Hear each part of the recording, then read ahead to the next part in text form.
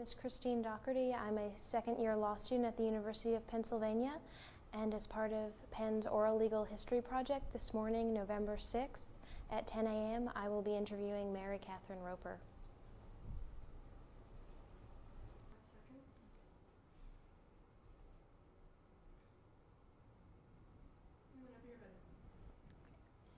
We're going to start with your childhood, if that's all right.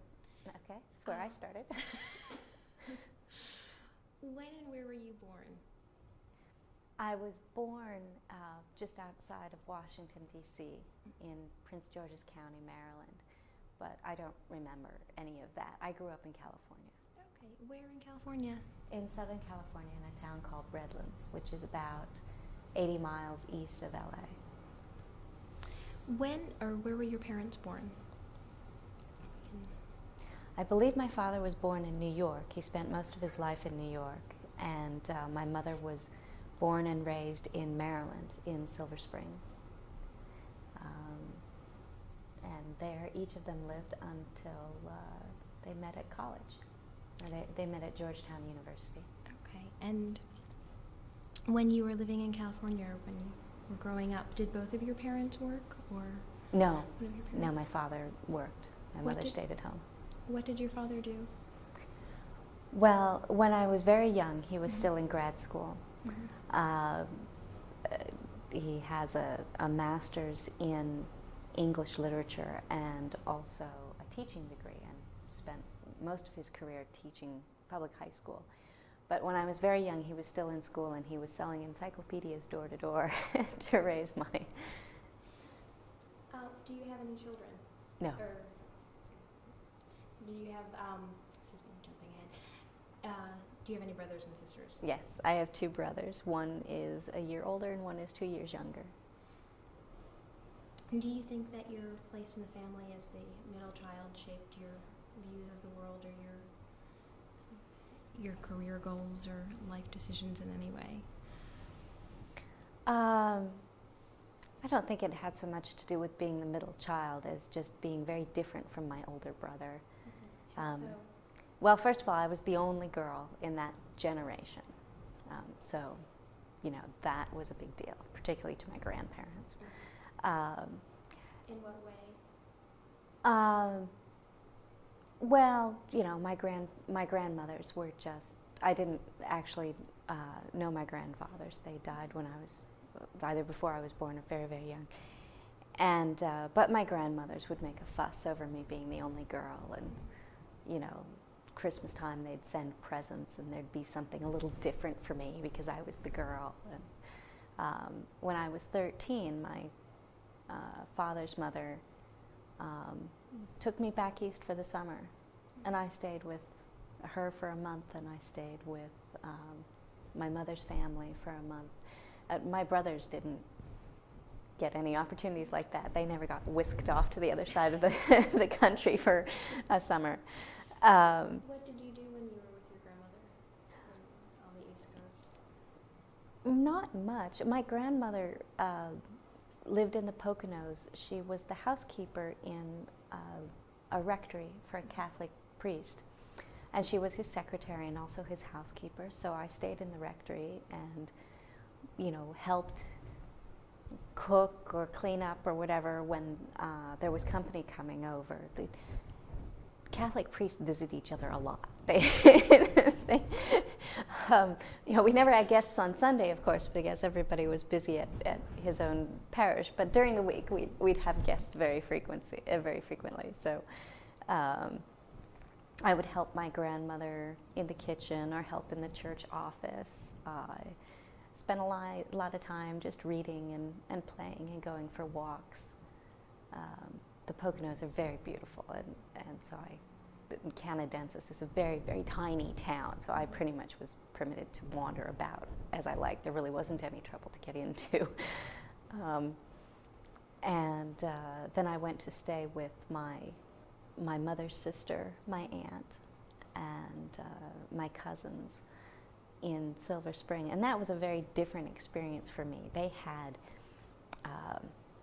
organized activities.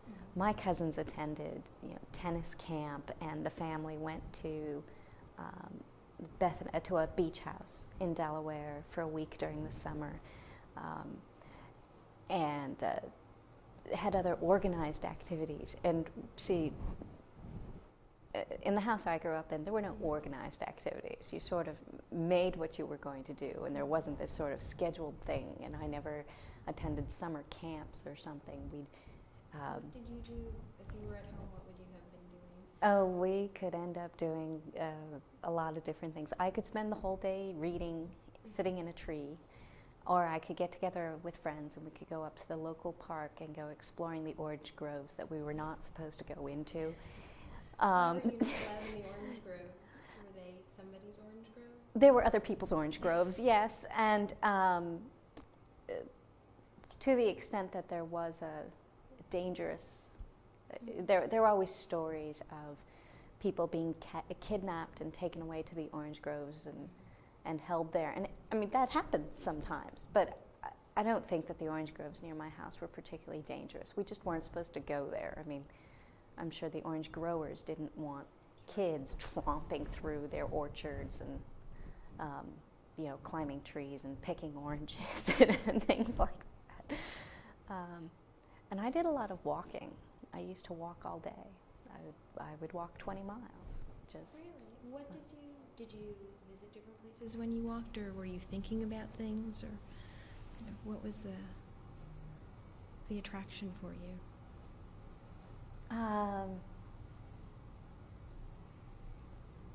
I think it was a chance to explore and see different things. I would, there was a canyon pretty close to where I grew up, and I would often go walk along the roads that were above the canyon. I wouldn't generally walk in the canyon. We'd been warned since I was very small, any canyon is a potential flash flood area. And there were flash floods. This was very close to the desert where I grew up. And so I wouldn't generally walk in the canyon by myself. But I'd walk around looking at other people's homes and thinking about how other people lived, and just looking at trees and occasionally meeting people. I was a great one for meeting dogs and cats along the way, and then having them try to follow me home. When you looked at how other people lived, what were your thoughts about it, or what interested you in the ways other people lived?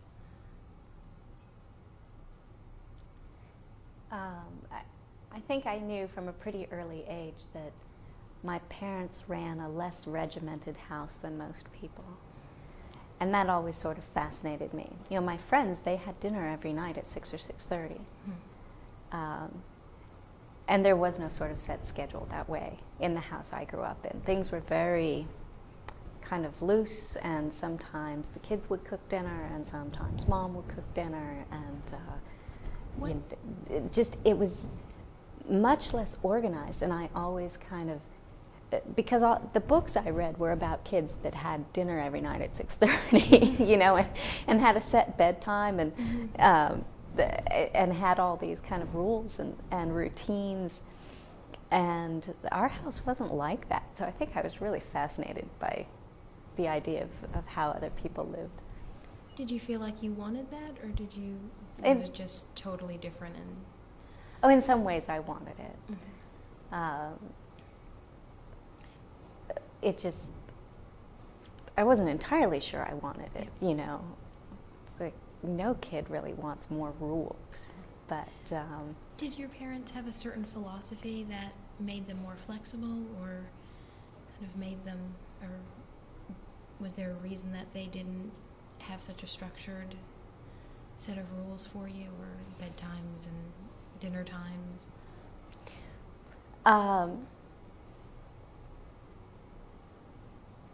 Well, I know my mother grew up in a house with rules, and the rules didn't always make sense. Now, for instance, my mother hates eggs and will be ill at the sight of one, and she was forced to eat eggs for breakfast every morning when she was a child, because that's what you did. Her mother fixed her an egg, and she and her sister sat down and had their breakfast, and then my mother would go to the bathroom and be sick, and then she would go to school. And so my mother developed a rather negative attitude, I think, toward these kinds of meaningless routines. We might have benefited from a little more routine, but I'm not sure that she saw the point to it. I mean, she got what she felt was important across in other ways. What did your mother think was important?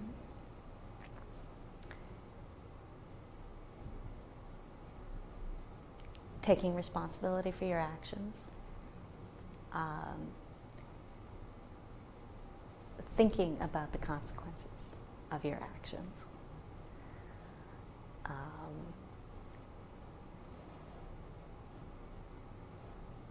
School was very, very important.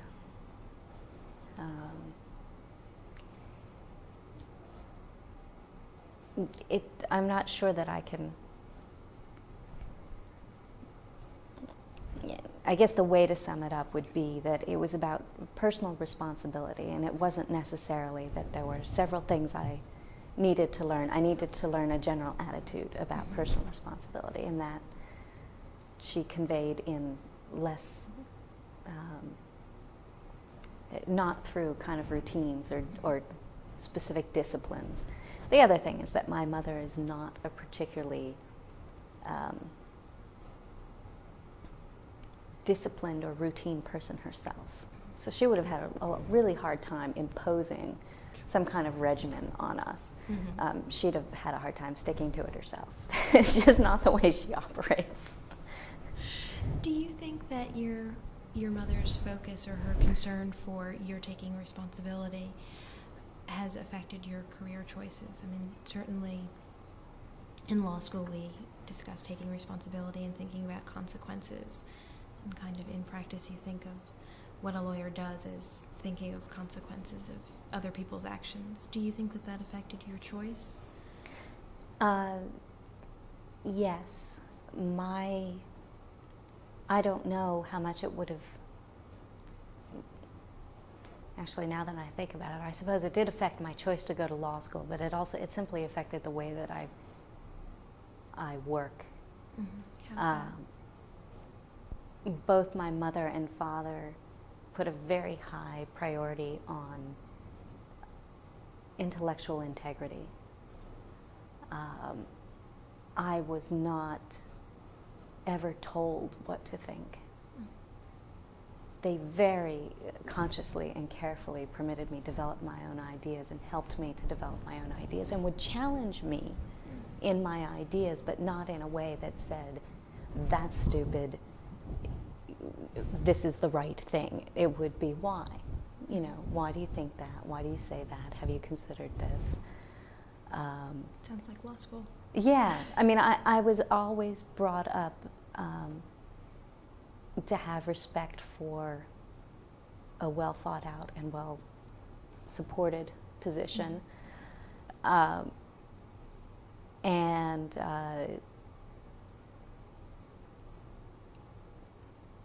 to have a strong sense of ethics in terms of my own behavior. Not necessarily judgmental about other people's behavior, but a very strong sense of not this is within the rules, this is against the rules. That was really not kind of what I gathered, at least, that my parents may have wished I'd gathered more of that from my childhood.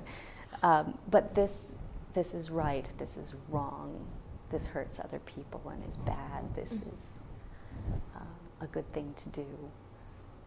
That's what I learned from my parents, and that's what I've carried with me. You had mentioned that you, when you were younger, during the summers or when you had free time, that you would go to orange groves or go for long walks. Through high school, did you kind of pursue the same activities, or what did you do in high school during your free time or for fun? Again, I would walk and I would read. From a very young age, I had unrestricted access to any book in the house. that often included books I was too young to understand. But that means that at the age of 7, one of my favorite books was Edith Hamilton's Mythology. And I was reading James Michener books before I could really understand, the story. And my parents had an amazing collection of books. Particularly my mother is just a voracious reader. And so I would just go perusing the shelves and pick out something that looked interesting and start reading it. And again, I would walk a lot. I was not athletic at all in high school. I wasn't athletic at all till I got to college. I would ride my bike around, or I would go for long walks, but that's really it. I had a couple friends I would hang out with. In high school, I had much less free time. I was taking a lot of classes and very, very active in extracurricular activities, particularly speech competition. What did you like about that? I've always been very nervous about it. Well, first of all, it was simply hardwired. My father was the coach. So I think it was pretty much assumed that I would start speech competition. And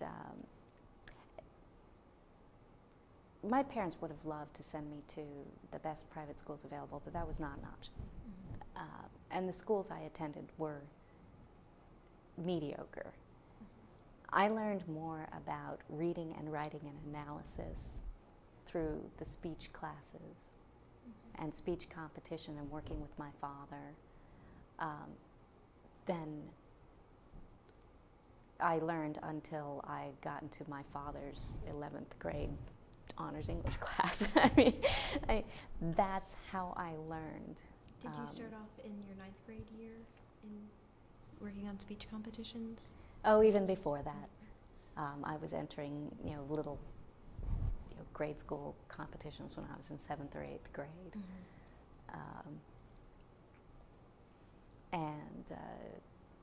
And then, of course, in 9th grade, I got involved in the regular high school forensics circuit. I enjoyed it because I got to go meet a lot of other people at the speech tournaments. That was especially important to me because the high school that I attended was not academically oriented. It was, I was one of the smart kids, and that meant that, 95% of the school didn't talk to me. Actually, 90% of the school didn't know who I was, but then 5%. Then there was 5% that didn't talk to me. And I had kind of a narrow circle of friends. We were all the kids who took, the college-bound classes. And what were the other kids interested in? Football, cheerleading,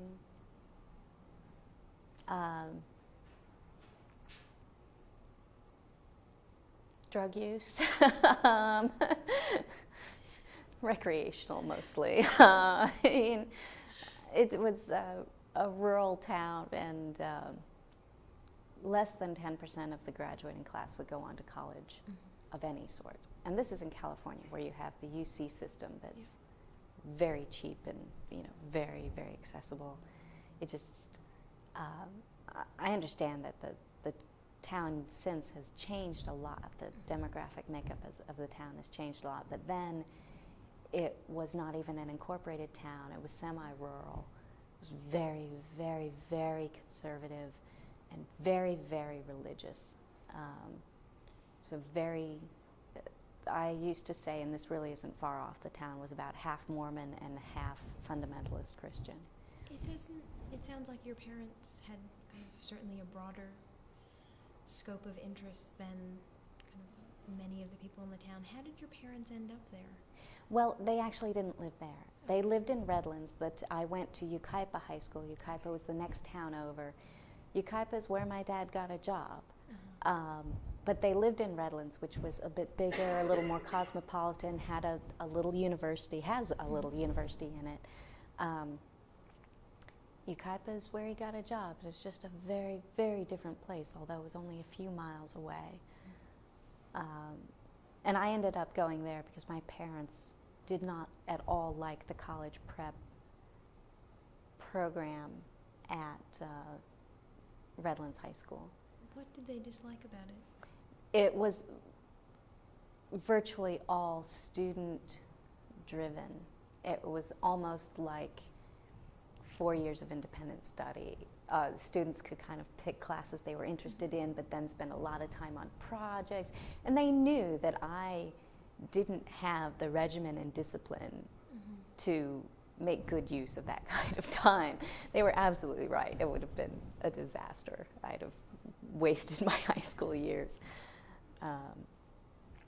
So I went to, transferred districts and went to the high school where my father taught. Kind of either in addition to your dad, did you have other mentors when you were in high school? Yes. Who were they? Other teachers. I knew most of the teachers anyway because of my dad.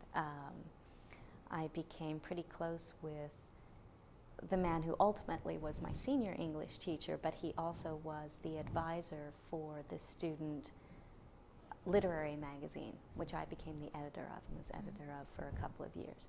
So I spent a lot of time working with him on the magazine and talking with him, and he was very interested in poetry and would offer me different authors to read and so on. What, did you have a favorite? Or favorite author or poet when you were, or just? Not really. At that point, I was pretty much a sponge. I mean, I didn't like everything, but I was interested in everything. So it sounds like it was kind of expected that you would go to college. Absolutely. Absolutely. That was never a question. So, and you decided to go to Bryn Mawr, which is on the East Coast, obviously, in Pennsylvania. What influenced your decision, one, to go to Bryn Mawr, and even more generally, to go to apply to schools on the East Coast? Well, I'd grown up in California being told that California was weird and not like the rest of the country. I mean, I grew up hearing all the jokes. It's called the cereal state because it's full of fruits, nuts, and flakes. And so after hearing all this, and actually not fitting in well in California, particularly where I went to school, being blonde and tan and athletic was really almost required. And I was none of those. And I thought I would try a completely different atmosphere. I thought I'd like the East Coast better, and I wanted to see what the supposed real world was like.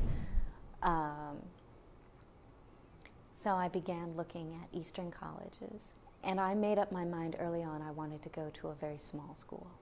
What interested you about a small school? Well, I'd never been in a really big school. And I didn't want to be in a place where I could get lost.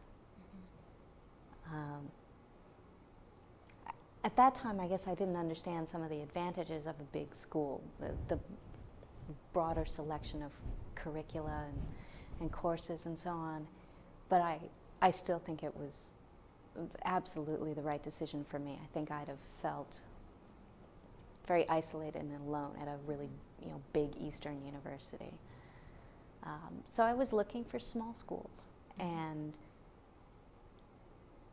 I was sick of being, the smart kid that nobody wanted to talk to. So I was looking for the most academically rigorous place I could find.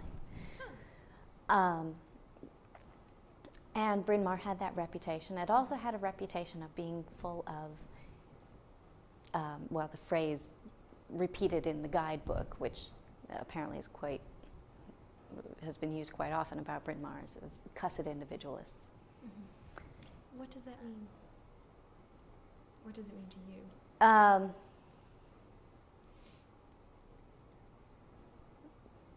What it meant to me and what turned out to be true is that it's a place full of people with their own opinions about how they're going to live their lives.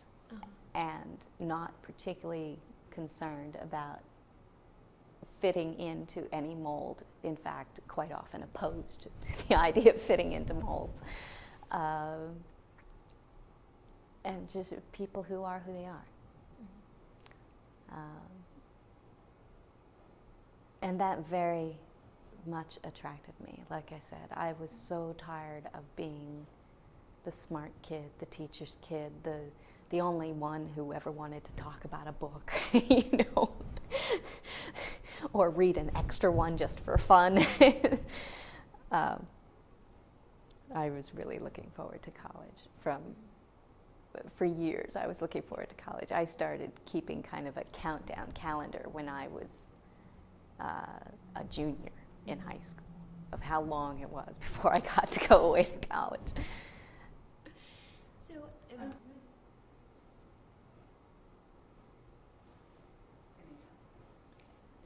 what did you major in college? English, with a sort of unofficial minor in women's studies. How did you choose your major and also an official minor? Well, I arrived at college with this idea that I was going to be very ambitious and get a double major in political science and economics, because that's what I thought I was interested in. And then I sat down with the course handbook, and my eyes just about popped out of my head. I mean, you could take Chinese, you could take Russian, you could take, you know, a course on Middle Eastern cultures. I mean, and I looked at that and I said, no way. I want to study. I want to have fun. I want to look at a whole bunch of different things. I want to learn about a lot of different things. And so I picked the thing that would be both enjoyable and easiest for me, which was the English major.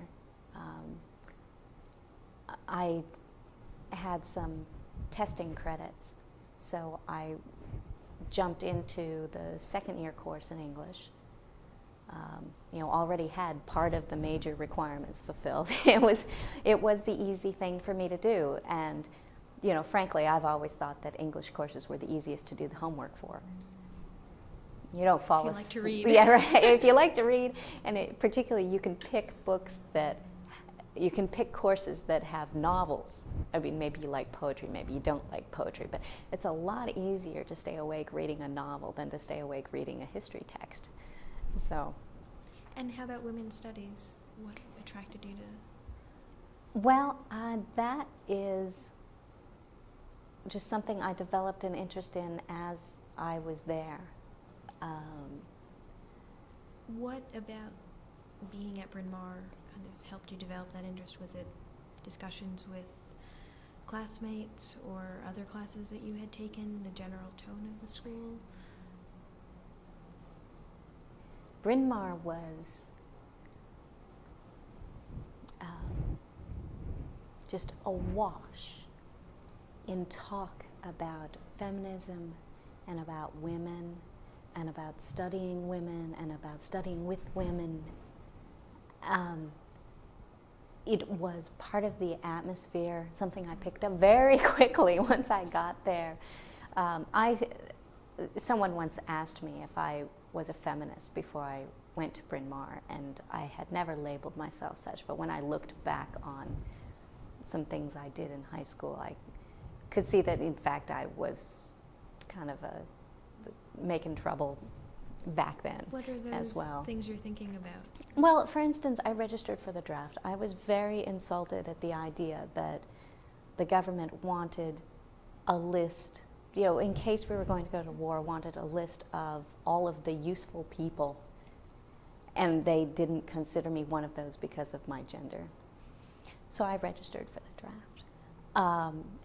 I was asked in high school to write a monthly column for the student paper. And on a couple of occasions, I wrote columns that started rather heated debates around the campus. One of the first one was about the difference in attention paid girls' sports as opposed to boys' sports. Still an issue. Still an issue, yes, but that one caught the attention of, quite a few people on my high school campus. So I would never have called myself a feminist, never occurred to me to wonder or ask, but as I looked back, that's always been kind of a part of what I think about. And at Bryn Mawr, it was everywhere. And within a month, I think, of getting to Bryn Mawr, I said to myself, this is part of the reason I'm here, to think about and learn about and spend time, an intellectual time with women and developing ideas with and about women. And I realized that this was the only opportunity I would ever have. Probably the only time in my life I'd ever be in a single-sex environment with so many brilliant women around who, you know, you walk into a cafe, into the student cafe at Bryn Mawr, and there are people arguing about feminism or arguing about a book or something. So already it was paradise to me, okay? I mean, the very fact that that was going on after what I'd been through in grade school and high school. So I early on became very interested in finding out what this whole feminism thing meant to various people, and learning about all the different discussions that were going on. What did it mean to you?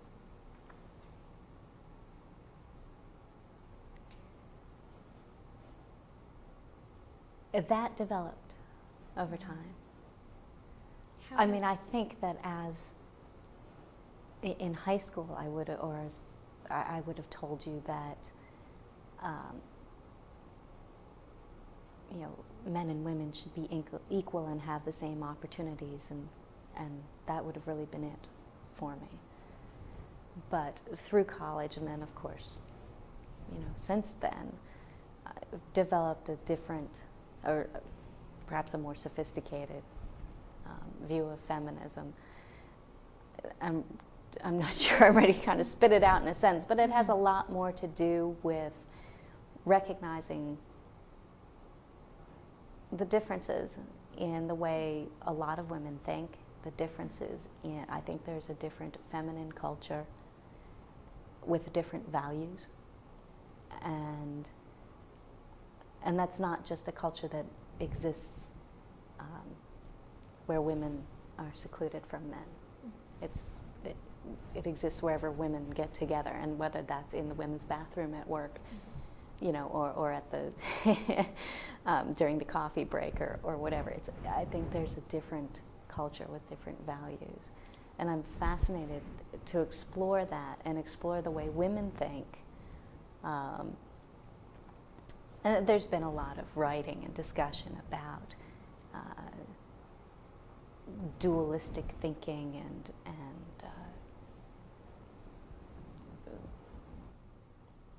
more or less regimented ways of thinking and identifying or debunking the idea that those things are identified with gender. Those are all fascinating issues to me. And certainly my experience, and it's perhaps a little bit skewed from being at Bryn Mawr, is that most of the women I meet are more inventive thinkers than most of the men I meet. And that's a generalization that doesn't account for individuals at all. And I want to put out that disclaimer, but to make those kind of generalizations. And so feminism really is about fostering,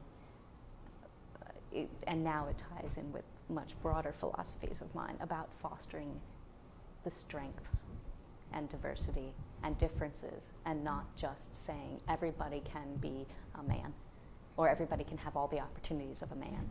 And that was really funny at Bryn Mawr, because Bryn Mawr was founded on the idea of giving young women a man's education. And at the time I was there, the administration was actually really struggling with this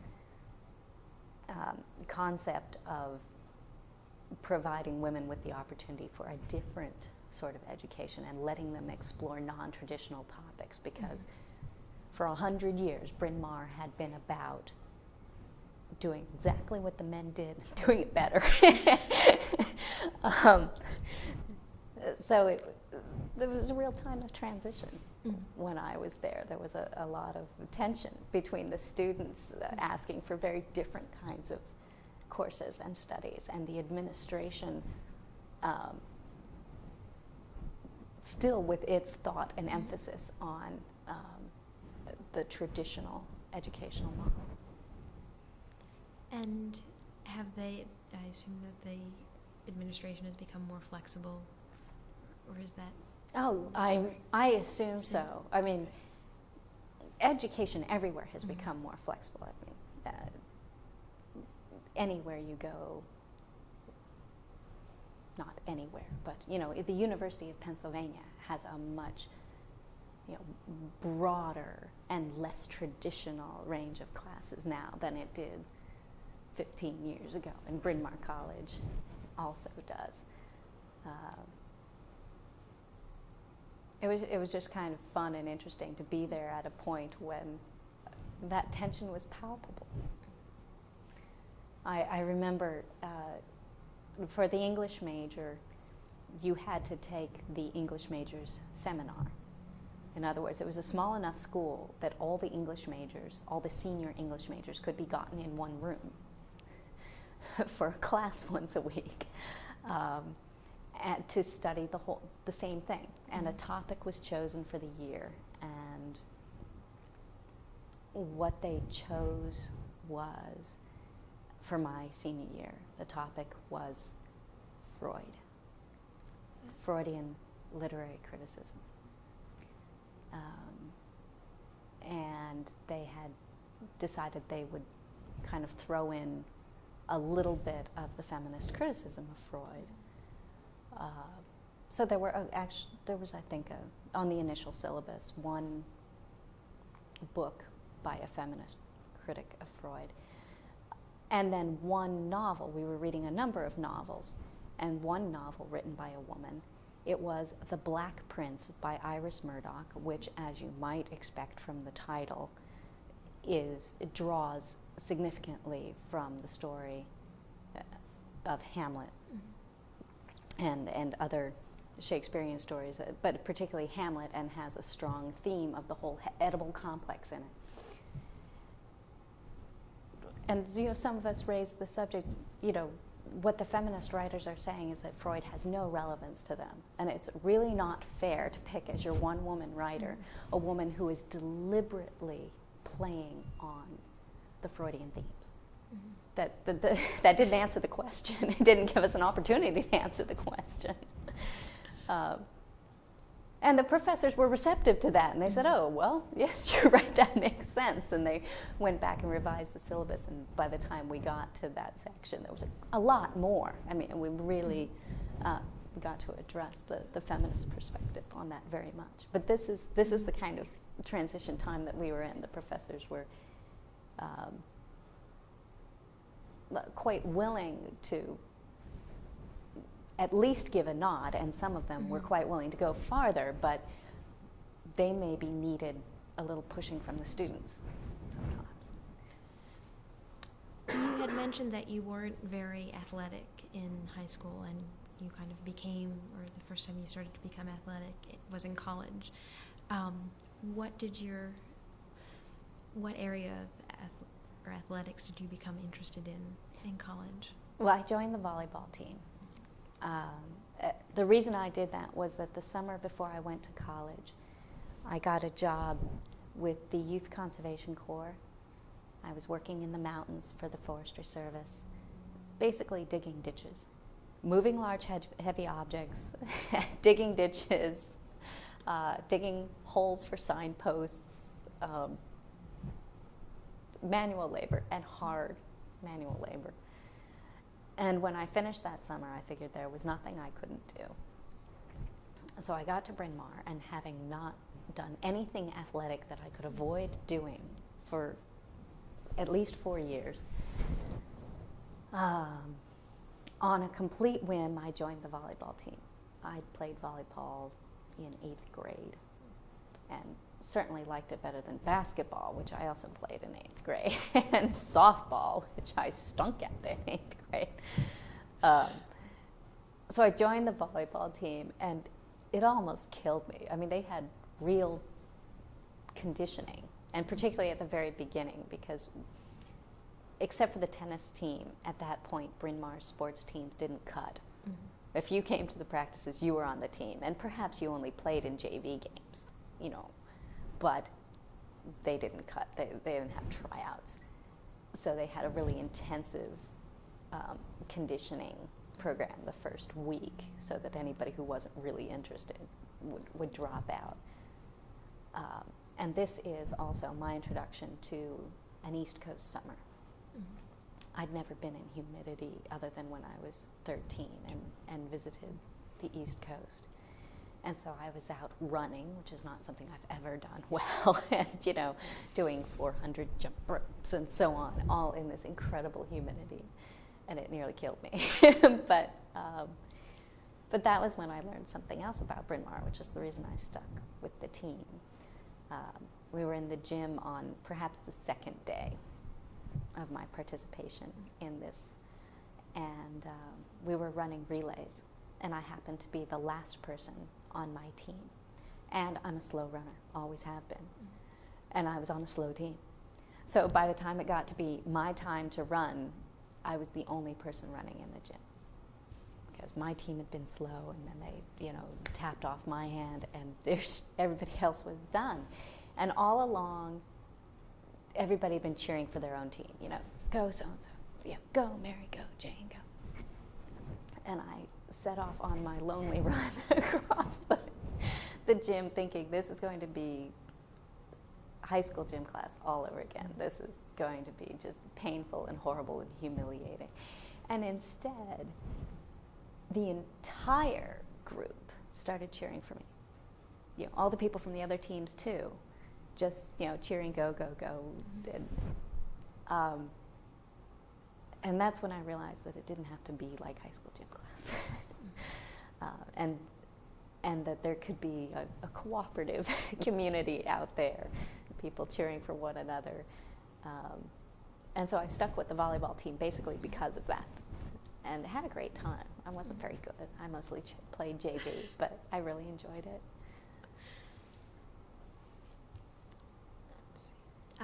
To go to a personal issue, you're a lesbian woman. Yes.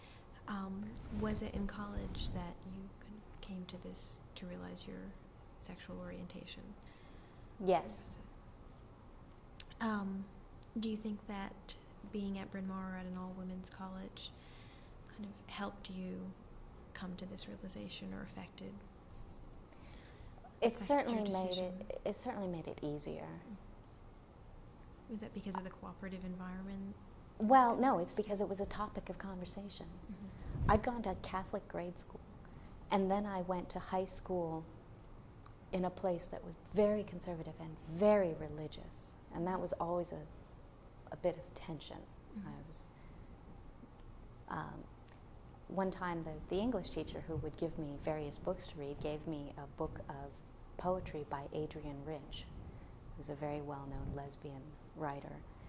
And I thought the poetry was beautiful. And a couple of my friends came into the classroom, and I was reading some of it out loud. And the poem happened to be about two women making love. You had to listen really carefully to know that, because it really was just about, it was a poem of images and colors and smells and sounds, and it was a very impressionistic poetry, and I was really taken by the imagery and the beautiful flow of the words, and I really wasn't focusing on what the poem was about. And one of my friends, one of the 3 people in this high school that I would discuss poetry with, mm-hmm. got up and said, "I'm going to leave the room if you won't put that down." Because he was very religious, and he would not sit there and listen to lesbian poetry. So that's where I went to high school. And those were my friends in high school. That was a best friend in high school. So I never even remotely thought about, as I thought back, I realized that there were a number of times that I just said, I'd noticed that a girl was pretty, or that I really liked spending time with somebody, and I would say, oh, that's nothing. But I never really consciously thought about it. I don't think I could. Mm-hmm. At Bryn Mawr, I could. I mean, first of all, the freshmen get there, and the first thing they do is start, start hearing rumors about the lesbians, and the lesbians are going to come, ask you out or hit on you or something, or, and I found those rather ridiculous. Mm-hmm. So I actually was kind of oblivious as to who was and wasn't a lesbian.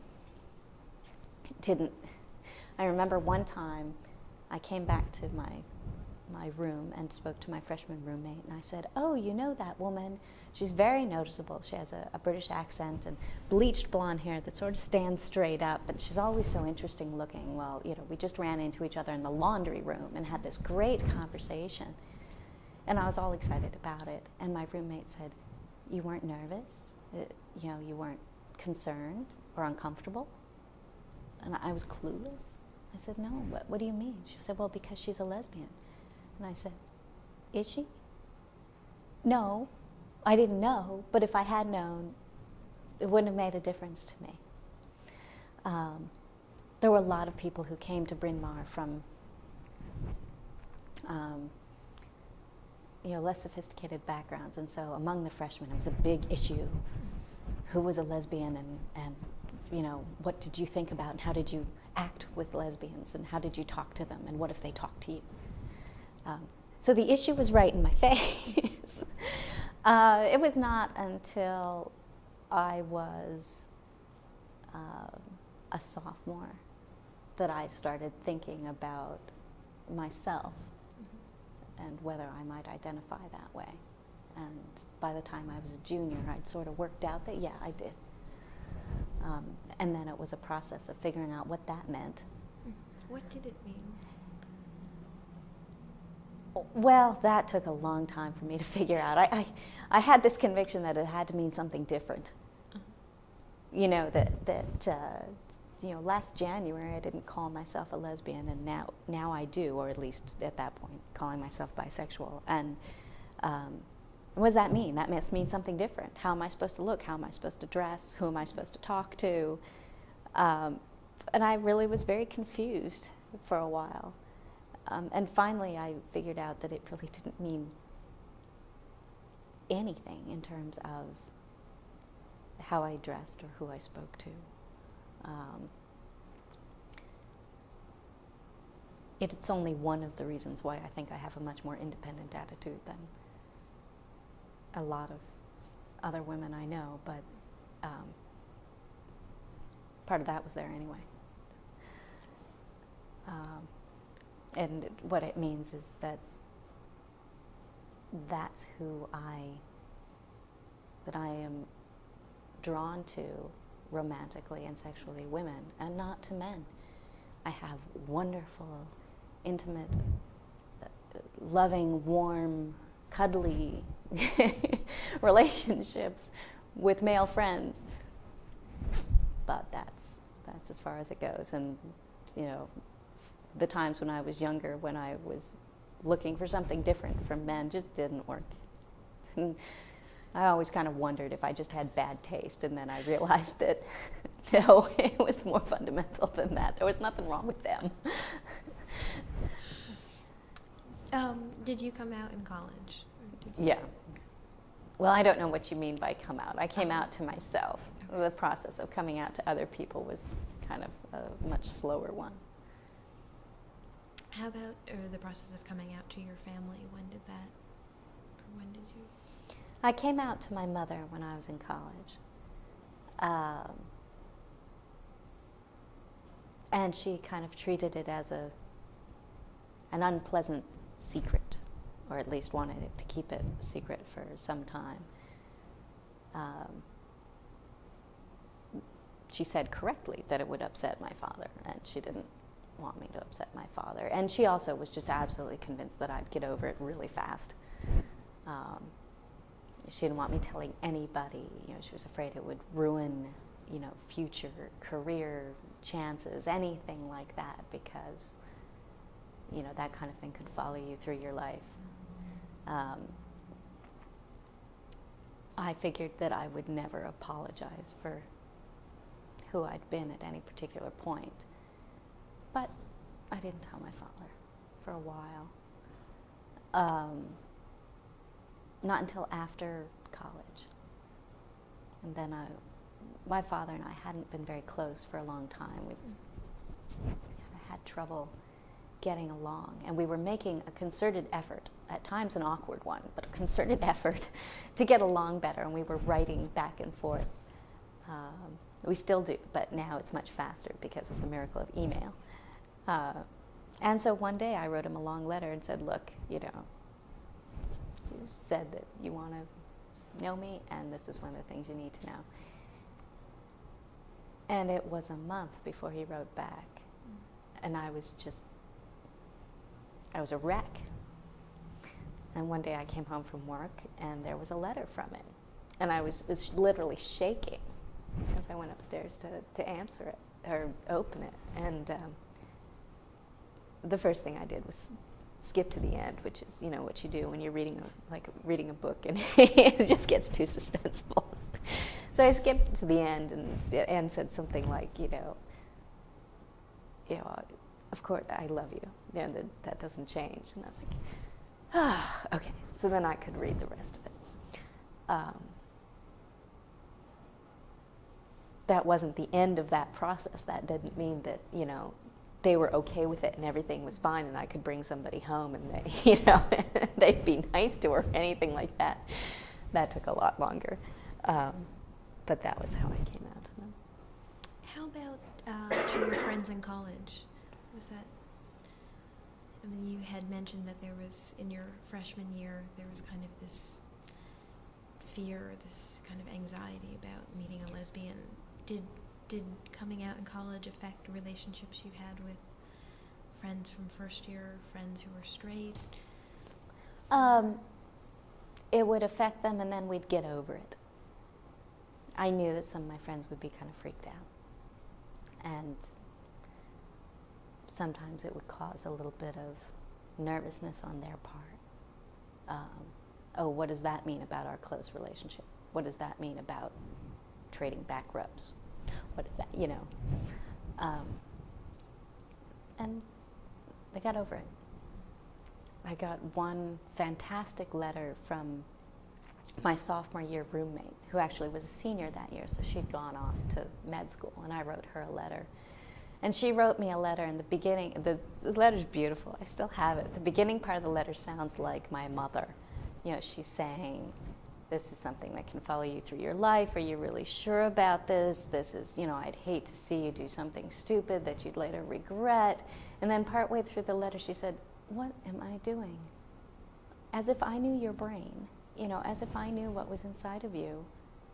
You're the person who understands these things and knows what you want to do and what you want to be and can calculate your own risks. I don't know any of that. What am I doing? I should be totally standing behind you. And in the process of a page and a half, she went from, really kind of uptight about it to, I'm completely behind you. You're my friend. I love you. This is your choice. And if this makes you happy, then that's the best thing on earth.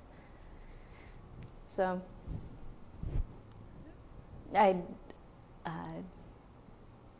certainly being at Bryn Mawr, there wasn't an issue of being, ostracized, or I wasn't part of the dyke clique on campus, but certainly had plenty of friends, and everybody knew enough people that it just blew over pretty quickly.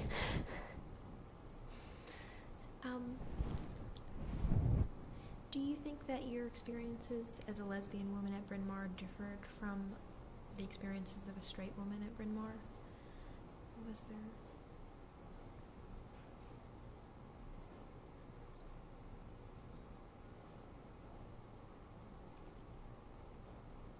Well, no, I don't. I mean, my experiences certainly differed in a lot of ways from the experiences of some straight women at Bryn Mawr, but I don't think that it was all about that. I mean, any person could have a broad range of friends or a narrow range of friends, and could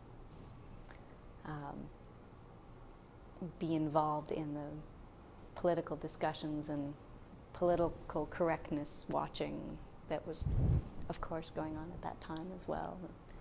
Whether you were straight or gay, it just didn't matter. Did you have any mentors when you were at Bryn Mawr? Or kind of people who influenced you strongly in one way or another? I had some professors that I would talk to, but probably the person that, I mean, certainly the person I remember best and think most about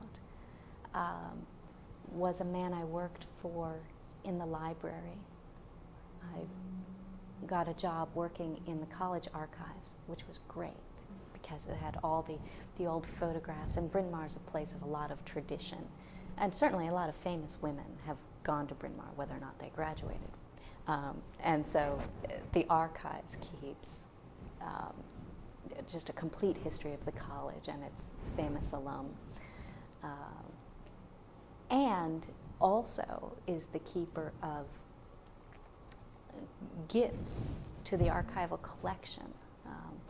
Various people associated with Bryn Mawr have given Bryn Mawr very, very valuable archival collections that have nothing to do with the college. For instance, one summer I got a grant to spend the summer reviewing and cataloging the papers of Lawrence Housman, who is best remembered as the brother of A.E. Housman, famous classicist and poet. Lawrence Housman was a playwright, most famous for a series of sappy plays about Queen Victoria, but he also was a political activist, a very early member of the anti-war movement, the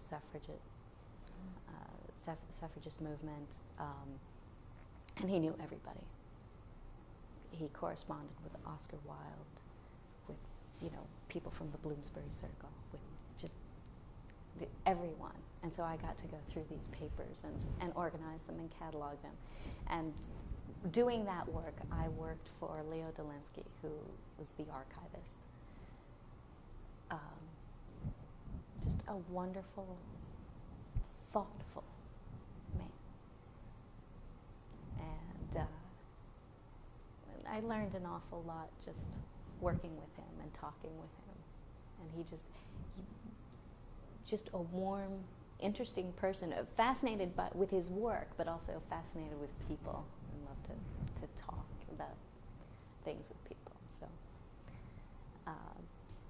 So he's not someone that guided me in my choice of work or classes or anything, but he's the person I remember most from college. Do you keep in contact with friends from Bryn Mawr? A few. Not a lot, but a few. Do you think that experiences since college have kind of affected which contacts you maintain,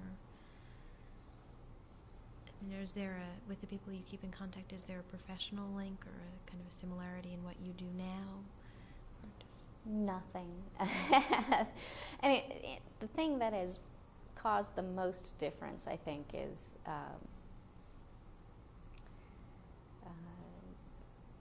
a lot of my friends from Bryn Mawr have gotten married and had kids, and I haven't. And so that just is such an incredible gulf in the focus of your life. And once you have kids, it's just, your life is so different. And people with kids talk to other people with kids and talk about their kids and things like that. That probably has had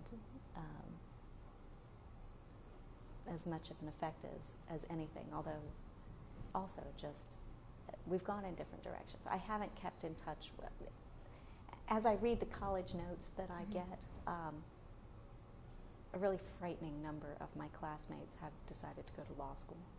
I don't think that very few of us went to law school right out of college, and I didn't, but an awful lot of us have gone back and gone to law school. It seems to be some sort of latent disease or something. And but I don't know them. I'm not in touch with them. I don't have, and my friends, the ones I am in touch with, didn't go to law school. They're doing very different things. Why do you kind of mentioned it as being a disease or as being kind of horrendous? Why is it a negative thing for you that classmates have gone to law school?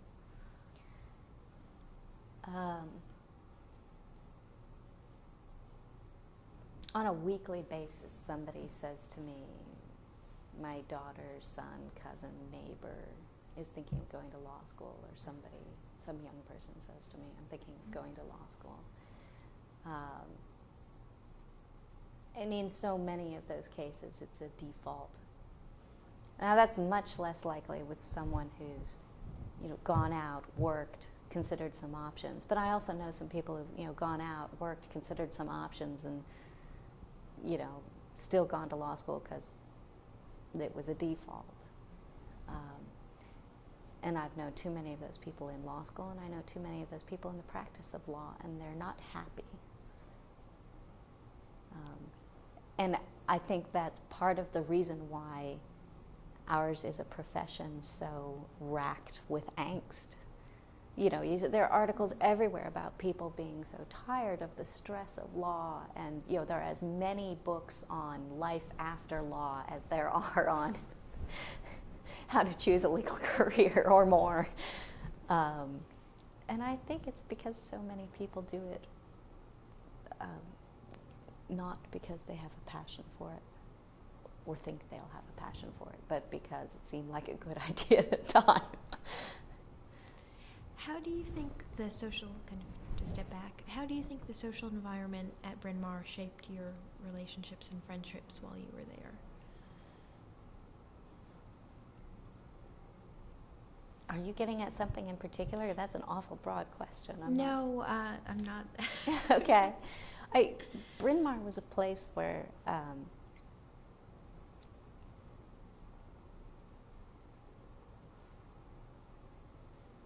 people talked about ideas and issues and disagreed on things or agreed on things or stayed up late arguing about things, and always the curiosity, exploring things, intellectual and otherwise. It was a place where people took a lot of chances and just a really intense curiosity and learning and seeking going on there. And I valued that kind of intensity and willingness to take risks in my personal relationships.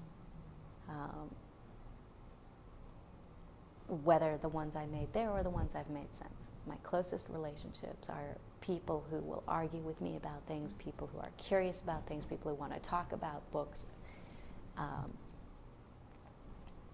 Those kind of relationships. Bryn Mawr was not nirvana. It's a place of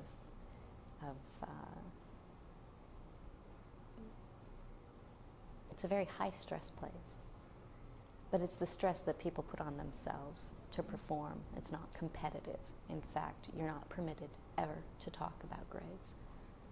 It's a part of the honor code. Something that shocked me deeply when I went to law school and people would ask me what I got on an exam. Like, how can you ask me?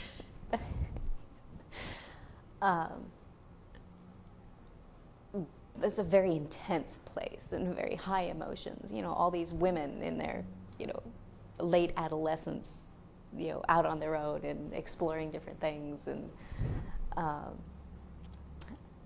at times it was overwrought.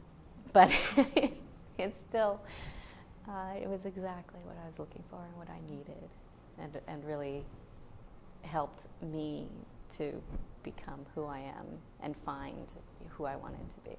Because there's a place where I could be anyone. Was it in college that you decided you wanted to go to law school? It was in college that I first got the idea that I thought I might go into law school. I went to college thinking that I wanted to go into politics and write. I got somewhat involved in politics. My sophomore year, I organized an enormous voter registration drive. That caught the attention of the local Democratic Committee. And they then tried to get me involved in committee work and candidate work.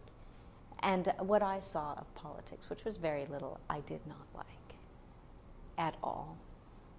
The process really turned me off.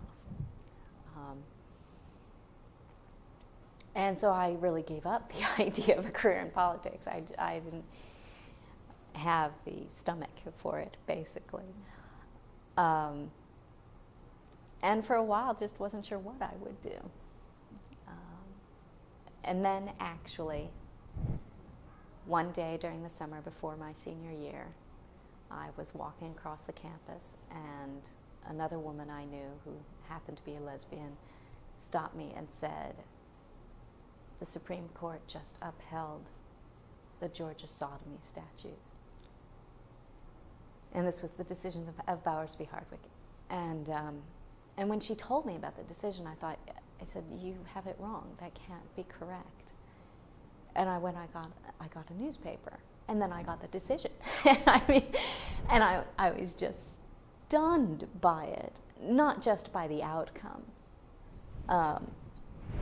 but also by what I considered and still consider the supreme intellectual dishonesty of the decision itself. And that, believe it or not, is why when I first started thinking about going to law school, I said this is something extremely important that affects a lot of people's lives, and it's been done wrong. And if I can go help do it right, that is a worthy endeavor. You didn't go directly to law school when graduating from college. What did you do in the intervening years? My first year, I was the assistant manager in a dry cleaning store on the main line. When I graduated from college, I was so sick of the idea of school. I didn't want anything to do with anything that had a desk involved in it. So I'd been working as a counter clerk in this dry cleaning store, and so I spent the next year there helping to manage the place. It was a family business. Learned a lot about family businesses, learned a lot about business in general, and things like that. What kinds of things did you learn? The customer, however idiotic, is always right. That it's very unlikely that you have any sort of a future in a family business unless you're a member of the family.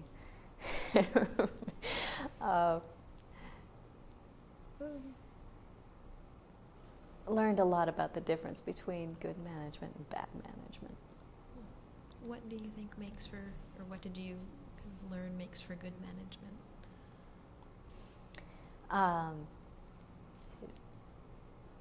The main proprietor of the business was someone who had a wonderful sense of humor and a wonderful sense of what was important and what wasn't important, and didn't institute rules for rules' sake, and had a lot of leniency actually with his employees. Although, you crossed a line, you were fired. I thought he was an excellent manager in a lot of ways. There were times when I disagreed with his judgment, but toward the very end of when I was there, another member of the family who hadn't previously been involved in the business became involved in the business. And she wanted rules. And all of a sudden, the door to the office, which we'd always been able to walk into, was locked. And there were all these rules, and they wanted us to put locks on our lockers, so there was no risk of theft by other employees and things like that. And just the whole tone of the place changed in 2 weeks, and it was no longer a nice place to work. And I went from being someone who had had an awful lot of responsibility and felt like I was given a lot of respect to nothing, you know. And from my description, you can tell I prefer one mode of management over the other. That was one of the experiences that taught me a lot about different management styles and how they work and what engenders loyalty and extra effort among the employees and what doesn't. Was it during that year that you decided to go to law school? No, then, you see, I can't emphasize too much how opposed to going back to school I was. I spent that year just working and kind of clearing my head, and then said, okay, well, I'd better go find out what law practice is like, because I'm not going to just go to law school. So I started looking downtown, and I got a job as a receptionist in a medium-sized firm in town, because that's what they had available.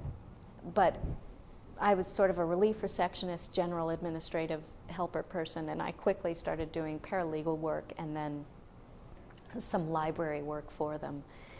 And I was always looking to get away from kind of the administrative stuff I was doing and get closer to the legal work. And some lawyers would give me projects, research projects, or paralegal type projects or whatever.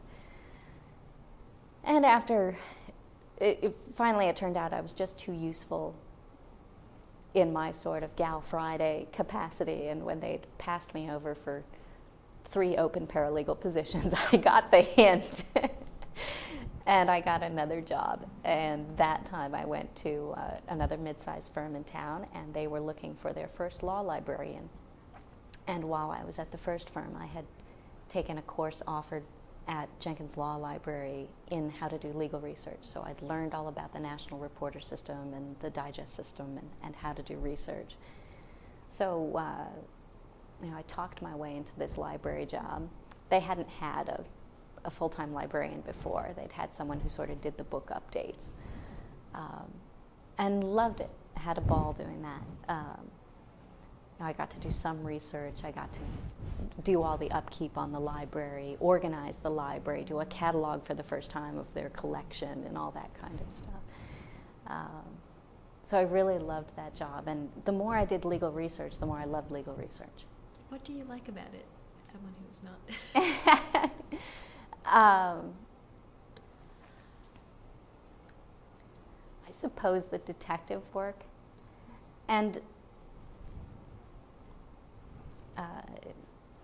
the deductive part of it, that the analytical part that says, here's a case about a dispute over the shipment of shovels from Mississippi to Alaska. And yet, there's something in that case that's going to be quite relevant to our dispute over this piece of real estate. And learning to use the pieces of the puzzle differently and fit them into the puzzle that you're creating over here. Learning to recognize what's significant, even though the case is about shovels. That there is something in there that's still meaningful for you, and applying it in a different context. But that kind of analysis was always the part that was so much fun for me. And the Digest system, the National Reporter System, are very puzzle-like. I've always been math-oriented. So those are some of the things that I love about legal research, the sort of detective end of it and the creativity. And I figured that if I liked what everybody said was the worst drudgery of the profession, they lied, by the way, they didn't mention discovery. But if I liked what everybody considered the worst drudgery of the profession, then I would enjoy being a lawyer. And I liked the atmosphere of not everything about, but I liked kind of the atmosphere of the law office, where people wanted to talk about their work and were interested in what they were doing and would debate things. And that was getting close to feeling like I was back at college, where I could walk into the cafe and join an argument over T.S. Eliot's The Wasteland or something. So you're ready to go back? Ready to kind of get back into that environment? Well, I wanted to find a life that I could spend in that environment. And it looked like I could find that in law. Now, your first year of law school, you went to Hastings Law School in California. How did you decide to go to law school in California? It was cheap. I had maintained my California residency by paying taxes in California, figuring that if I was going to go to grad school, I'd go back to California for grad school. There was another consideration as well, which is I hadn't lived in California since I was 17. And I had such negative memories of California. I thought I'd give it a shot as an adult and also try Northern California. I knew I didn't have any fondness for Southern California, but let's see if I liked San Francisco any better. Now, after your first year, you transferred to Penn. Why did you decide to transfer from Hastings to Penn? Because between the time that I applied to law school and the time I actually started law school, I got involved in things here that were incredibly important to me. One was a relationship, but another was I started my martial arts training, and I started training to be a women's self-defense instructor. And I loved the people here that I was working with on those projects. And so by the time it was time for me to leave for California, I didn't want to go. And I figured out pretty well that I wasn't going to spend 3 years in California learning California law and then try to come back to Philadelphia and get a job. How did you become interested in martial arts? Well, I'd always been sort of interested in studying martial arts and self-defense, but just never got around to it. And then at some point, a little over a year before I started going to law school, I got a part-time job as a driver and guide for a visually impaired woman. And one of the things she wanted to do was move from her very safe but secluded suburban neighborhood into the city where she'd have more access to public transportation and activities and so on. And so we looked around and she decided she wanted to move to Germantown. And she found a great, room to rent in somebody's big, gorgeous old house in Germantown. I looked around the neighborhood and I said, Joanne, we're going to go take a self-defense class. So we found a self-defense class and we took it. And not only did I enjoy the class, but I also would work with her somewhat because I knew what she could see, what she couldn't see. She also had some hearing limitations, what she could hear, what she couldn't hear. So I also assisted her a little bit through the class, although I was also just taking it for myself. And I loved that. I had so much fun. I got such a kick out of it and such a feeling of excitement and empowerment and so on out of both taking the class and helping someone else, that at the end of it I walked up to the instructor and I said, I want to do this. How can I do this? Do you take apprentices? Do you train people? How can I do this? And she said, well, we do have an apprenticeship program, and in fact we'll be starting it up again in a couple of months. In the meantime, you should know that we require all of our trainees to take a martial art. And so you should look around and pick a martial art that you want to study. They didn't care which one, as long as you were practicing a martial art. So that fit in with something I'd wanted to do for years anyway. So I looked around and learned about Aikido, which is very different from most other martial arts. In what way? It's purely defensive. You don't learn how to punch and kick people. You learn how to use the energy from someone else's attack, whether it's a grab or a punch or a kick, and use their own momentum to unbalance them and throw them. Ideally, every Aikido encounter ends up with the person who threw the first punch on the floor. And in that appealed to me very much, in part because it doesn't matter if you don't have as good a reach as somebody else. It doesn't matter if you're not very strong, not very tall, have short arms. None of that matters. It's not a handicap. And the other thing is, you spend a lot of time, because you switch off with your partner who's going to throw the punch and, and who's going to throw the person. You spend a lot of your time rolling around on the floor and flying through the air, and that was like the tumbling classes I always wanted to take when I was a kid. So anyway, I loved Aikido from the moment I got involved in it. It also, as I got to learn much more about it, every martial art is a philosophical study as well. And I really both enjoy and identify very strongly with the philosophical underpinnings of the study of Aikido, and find it very profound, and that has affected me in every aspect of my life. What are those underpinnings, or kind of briefly? I know it's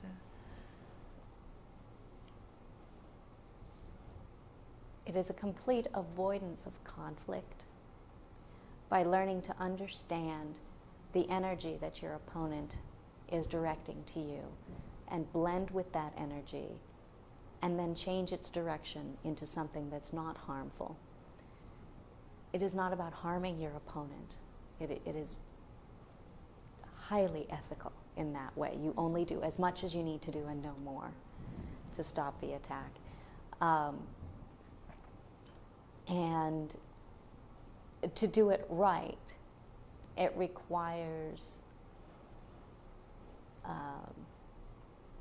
a profound understanding of energy and intention, and how bodies work and how minds work. And it's the basic philosophy is we're all part of the same universe. It's about not doing more harm than good, and about addressing the root of conflict and identifying the root of conflict, rather than just fighting at the surface. So you're a litigator now, kind of to jump ahead in our chronology. How has your study, you'd mentioned that your study of Aikido and martial arts has affected your life in many different respects. How has it affected how you work as a litigator? Well, first of all, I'm extremely calm. There's very little that can upset me, and very little that can get me, hyped up and panicked. You spend 10 years practicing something where people are punching you, throwing punches and kicks at you. One of the things you have to learn is calmness. And one of the other focuses of Aikido is learning to deal with multiple attackers simultaneously. You just have to be calm. You cannot get uptight about anything, because then you're not ready to respond to the next crisis, and the next crisis is now.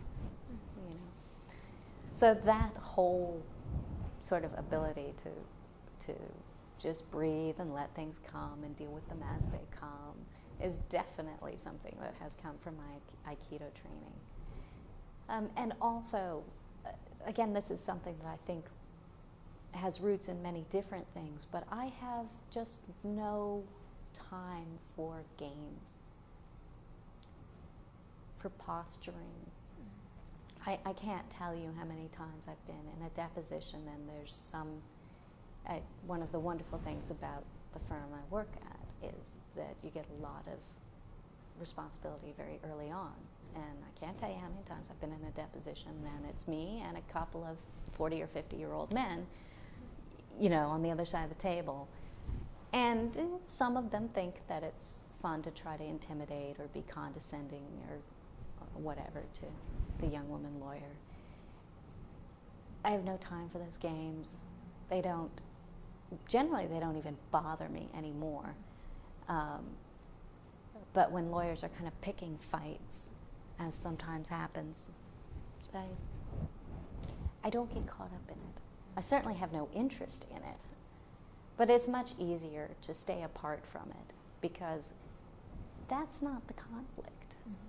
I have a case, and that's really all I care about. And if somebody's calling me names or writing me nasty letters or playing games, I don't care. You know, as far as I'm concerned, this is about my case. So it's easier to stay focused and avoid the little fights, little skirmishes. How was Hastings different from Penn? Kind of to step back into our chronology. Night and day. In what way? Hastings is a state school. It was very, very rare for there to be someone at Hastings who was right out of college. Most people had worked. There weren't a lot of people coming back for a second career. We had doctors, we had journalists, we had real estate agents. We had all sorts of people in my class. It was older. It was a much more diverse student body in every way. I mean, I'm not just talking ethnically, but also people in my class had gone to Harvard undergrad, people in my class had gone to Arizona State undergrad, and people had such an incredible variety of life experiences, and tended to be more opinionated, and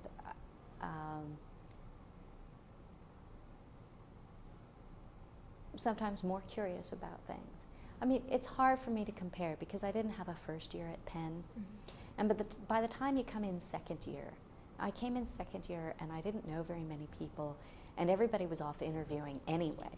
So, I mean, first semester, second year is a really bad time to try to get a feel for a law school. And I think that thing that happens at the beginning of second year where everybody runs off in a suit and starts interviewing and barely attends their classes,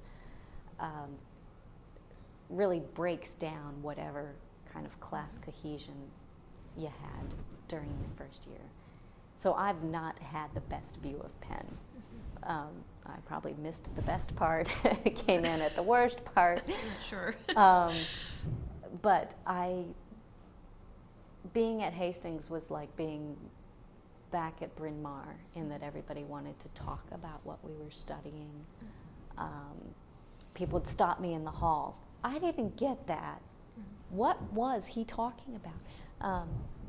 Debate things. We had study groups. We just, the whole paper chase thing. We really did that. And what was the focus of the students at Penn? I mean, you mentioned that everybody was kind of looking for a job when you first got here. I found a small group of people who had some similar interests and took some similar classes and were involved in some similar activities. But I don't recall a lot of, I wasn't on law review, and it might have been different there, but I don't recall a lot of people wanting to sit around and discuss cases or discuss what we had just talked about in class. We had some interesting discussions and there were some interesting people, but it wasn't the same sort of intellectual curiosity about what we were all doing here. And then again, we didn't all have the same classes, so you didn't have the kind of cohesion of experience. I also, the Penn law student demographics, at least when I came here, were entirely different from Hastings. I mean, I remember flipping through the Facebook I got when I enrolled and, looking at the undergraduate colleges, and it was kind of Harvard, Yale, Princeton, Amherst, Princeton, Swarthmore, Harvard, Yale, University of Virginia. And most people were right out of college, or maybe a year out. It just wasn't the kind of breadth of experience and perspective that I had in my class at Hastings. What did you, no one kind of specializes in law school, but did you have an area of special interest when you were in law school? I took a lot of classes in what you might characterize as public interest, and civil rights issues. That's what I That and civil procedure. I knew I wanted to go into litigation. I've never had a head for transactional stuff. And so I figured if I knew a lot about civil procedure, the rest of it, you had to learn issue by issue, case by case anyway. And the civil procedure is fun. That's strategy again. It's, puzzling things out. So I took a lot of civil procedure classes, a lot of constitutional law, civil rights, those kinds of classes. And I took every clinical I could get myself into. Took the civil practice clinic and also worked there over my bar summer. Took a fantastic opportunity. I think at that time it was called the Public Interest Law Seminar, and it was taught by Howard Lesnick and I think Susan Sturm also helped with that class. I took several classes with Professor Sturm. She's one of my favorites. But that was basically, you went and worked at one of the public interest law centers in town and then got together once a week to talk about issues that came up in public interest practice. And I was placed at the Women's Law Project, and that was the spring of 1992, and what we were doing was finalizing the brief for the Supreme Court in Planned Parenthood versus Casey. So that's what I did. And that was very exciting. And we all went down to Washington to watch the argument, and it had lots of dramatic stories about that, actually, because it was raining. We got there at about 11 o'clock at night because we expected to wait out all night. There was a long line to get in to watch the argument because only so many public seats are available. So we got down there about 11 o'clock at night, and around midnight it started pouring like you could not believe. And we're all out there with a few umbrellas and some sleeping bags. And and finally, I don't mind saying it now because it got into the papers after all, the guards at the Supreme Court building took pity on us. And at 1 or 2 in the morning, they came out and they let us into the basement. And they had us sign a roll so they knew what order we had been in our line. And we slept in the basement until about 5:30 in the morning when they woke us up and shooed us out and said, don't tell anybody, we'll get in trouble. Somebody talked to a reporter. It was in the papers. It was, what a shame, because they put their necks on the line to see us not all catch pneumonia.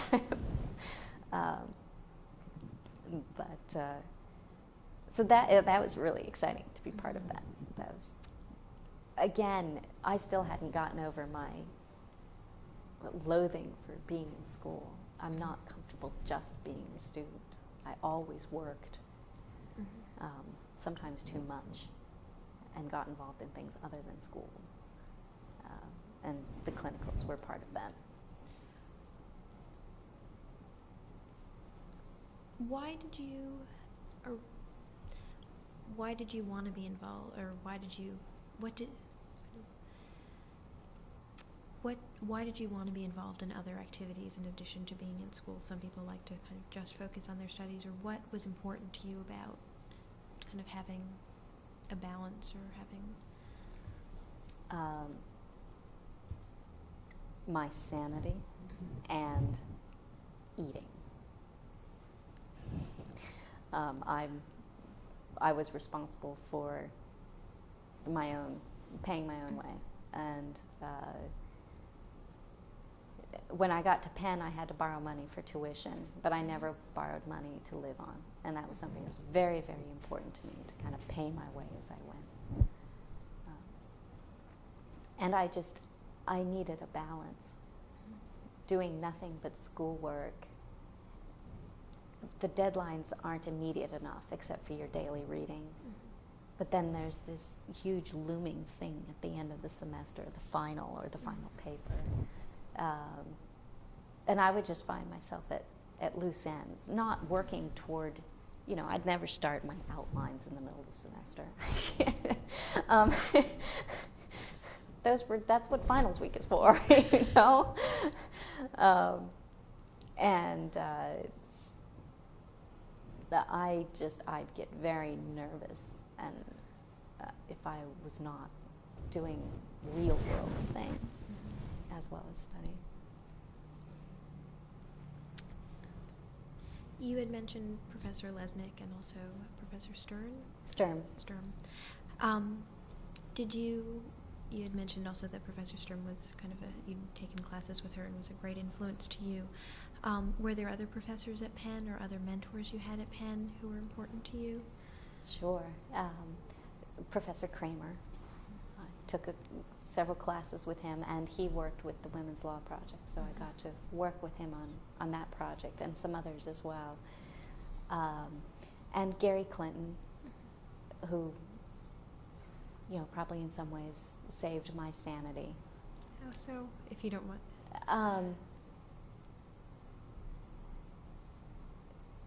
I guess this is kind of getting into a whole different topic, but in terms of being a lesbian, the law school was very closety and uptight, or a lot of the students were then.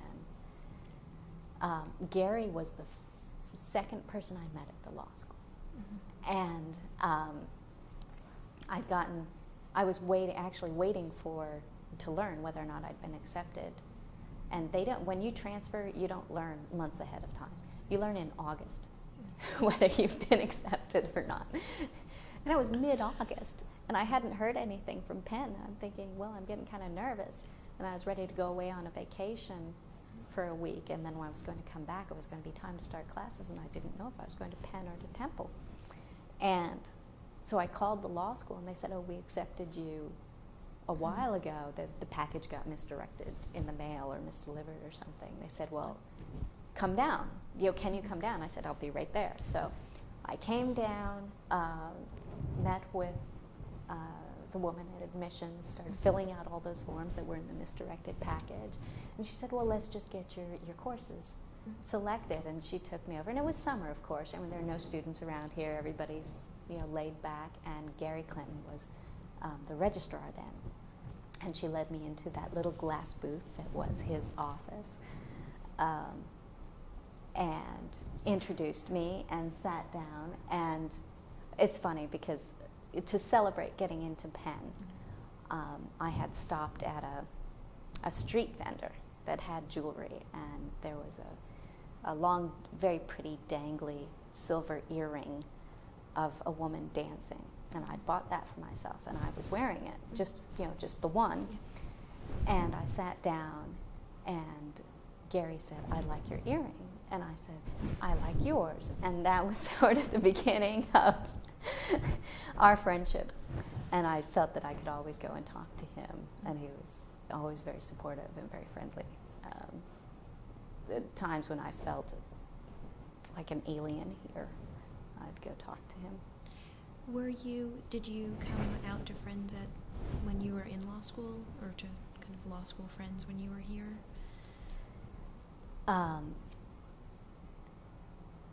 Anyone I was friends with knew.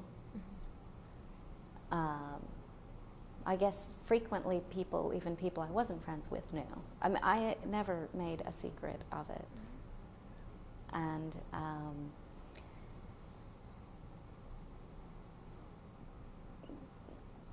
generally, people were not rude to my face, but occasionally.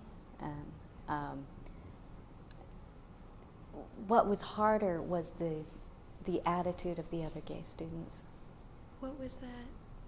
Well, you got to understand, I spent my first year of law school at Hastings in San Francisco.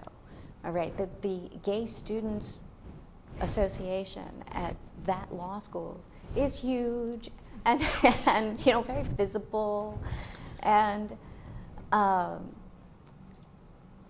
come here, I saw a sign up for the Gay and Lesbian Law Students Association. I was all excited, and I went to the meeting, and I was the only woman in the room. I was the only woman ever at any of those meetings while I was there.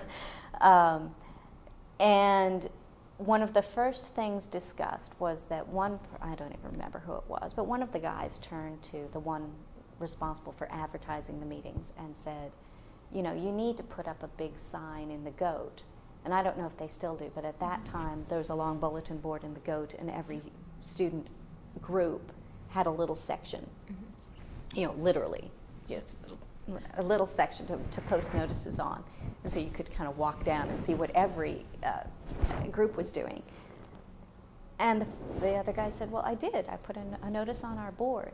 And the first guy said, no, you need to put a big notice on the board so that you can see it when you're standing in front of the rugby board 2 sections over. So you don't have to stand in front of the Gay and Lesbian Law Students Board to know that there's going to be a meeting of the Gay and Lesbian Law Students Association.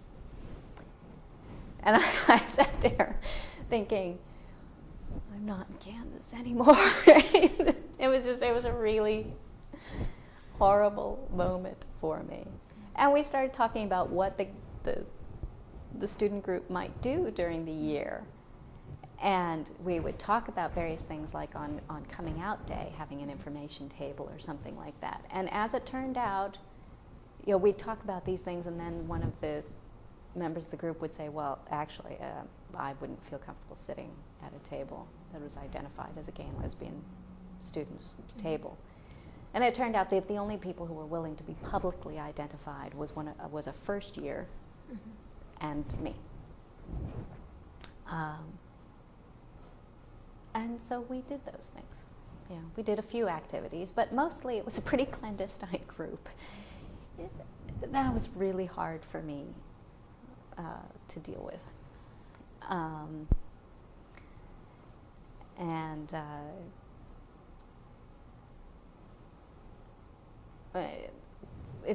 There were various times. I remember one time there was some sort of student town meeting or forum, and it was about diversity or inclusiveness in general. And it was attended by all the gay students. I saw them there. But I'm the only one who spoke. And, and there were people from a number of different perspectives speaking at that thing. But one of the things I said was, you folks need to think about the atmosphere that you have here, because you need to understand that your fellow students, your friends, are afraid to tell you who they date. And they are sitting in this room and they will not speak up and they will not tell you about their experiences and how afraid they are of you. And it just, that was just made my blood boil. It didn't usually affect me on a day-to-day level, but just things would come up. How did you, or you'd mentioned that there were a lot of other gay and lesbian students in the school who felt uncomfortable about kind of expressing or talking about who they dated. Why do you think you felt comfortable, or what kind of gave you the courage or the... Because my life was not at this school. My friends were outside this school. My activities were outside this school. I had so many things going on somewhere else. This was just where I went to school. I hadn't, come here out of college to sort of start on a career, and I don't know what their first year experiences were. I don't know how much of it was just their own fear about being able to get jobs, not being ostracized in the community. At the time, the legal market was tough, much tougher than now. I mean, now firms are like begging, crawling at your feet. Would you come work for us? Can we pay you $105,000 to start? It was a lot harder then. It was a different time. People were afraid about being able to get jobs, and everybody said that your legal career is built on the contacts you build in law school. And so I don't know what their first year experiences were. I don't know if something actually happened to make them that afraid, or it was just their own worry. You had mentioned that your parents and your mom had expressed concern for you when you came out to her in college. Did your mother, did anyone express kind of similar concerns that coming out in law school would affect your career, or did you? No, I think that I don't think anybody would have dared to say anything like that to me. I was who I was, and I was not interested in starting what I viewed as, my adult career that I was going to be doing for many, many years, hiding something. You had mentioned that the economy, among other things, was an issue of concern when you were in law school. What other issues were students concerned about when they were looking for jobs, or what other issues did students think about when they were looking for jobs? Well, I would have had to talk to other students about the job search to be able to answer that question. I went on 4 on-campus interviews. I did as little as I could to get a job, and I didn't know anybody at that point. It's the very beginning of the second year. So I occasionally heard people worrying about things, but I didn't have many conversations with other students about jobs. I heard people saying they were going on, 40 interviews or something. I thought, okay, I'll go back to being a law librarian. I didn't have the patience or anything for that. What issues were important to you when you were looking for jobs? The same things I'd been looking for since high school. I was looking for, first of all, leaving Hastings, coming to Penn, tuition at Hastings was $2,500 a year. I had to borrow a lot of money to attend Penn. That changed my plans. I could no longer go directly into public interest work, which was what I'd been assuming I would do. I knew I needed to work for a firm. So I was looking for a place that would be accepting of me, that would not view me as kind of weirdo or eccentric.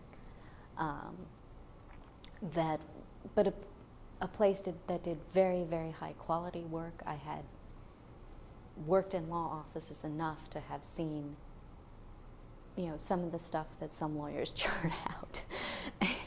And I wanted to be at the top of the food chain because I did not want to spend my time in stupid discovery battles, and I didn't want to spend my time I wanted the lawyers on the other side to be high caliber as well, to test me, so that I could develop into the best lawyer and, intellectually find challenge and enjoyment in the work. And I wanted an office where people were law nerds. I wanted an office where people really thought this stuff was fun and they liked talking about it. And that's what I went looking for, a place where people were enjoying their work. Have you found that at Drinkerbiddle? Yes. That, we're complete nerds. We love to talk about our cases. We talk about other things too. We're a very friendly, congenial bunch, but we're very interested and find the work fascinating, and that's absolutely essential to me. I could not, I don't think I could work 40 hours a week in an atmosphere that wasn't like that. I certainly couldn't work the hours I work in an atmosphere that wasn't like that.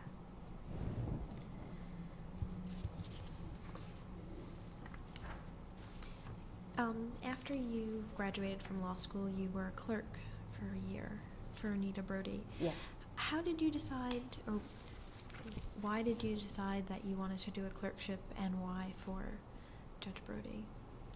Well, I wanted to do a clerkship because it was the fastest, immersion system for learning about litigation and how courts really work, not just reading Supreme Court cases out of, or snippets of Supreme Court cases out of a casebook. My entire approach to law school was practical preparation for my career. And I thought that would be a fantastic opportunity. I didn't understand, I kind of assumed that would be the case. I had no idea how valuable it would be. It was just, if you want to be a litigator, it's an incomparable experience, clerking for a judge. What has been so helpful for you? Or what about that experience has been? Knowing how a judge's chambers work, knowing how judges think, knowing how they talk to one another, knowing, and I've been incredibly fortunate. Judge Brody adopts her clerks. They're her foster children, and both while you're clerking and afterwards, she's very interested in your career.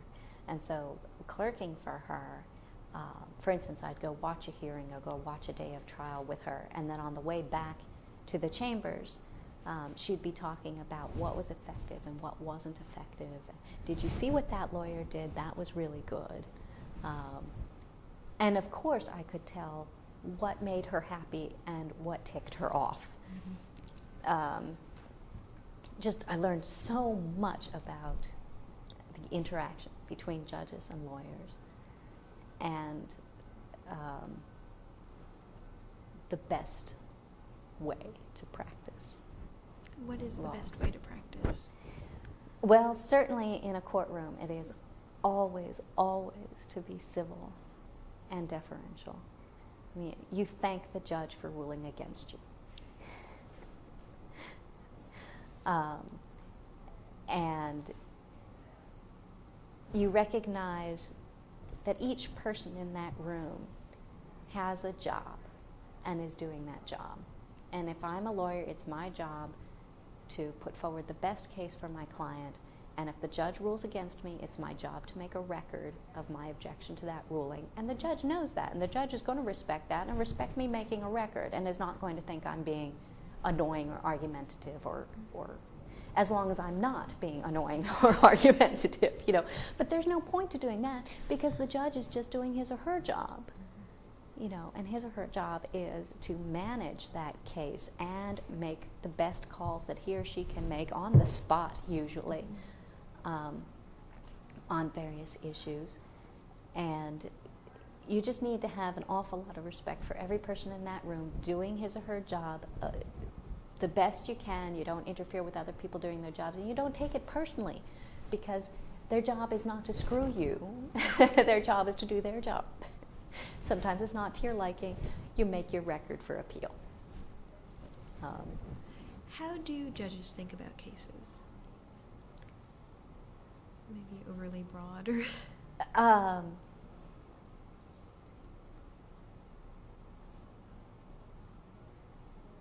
well, different judges are different, but one of the things that I thought was invaluable was to figure out where the judge was focused. And sometimes when you're arguing a case to a judge or presenting a case to a judge, you realize that the judge is caught up on some tangent that you don't think is important. Now, you may be wrong,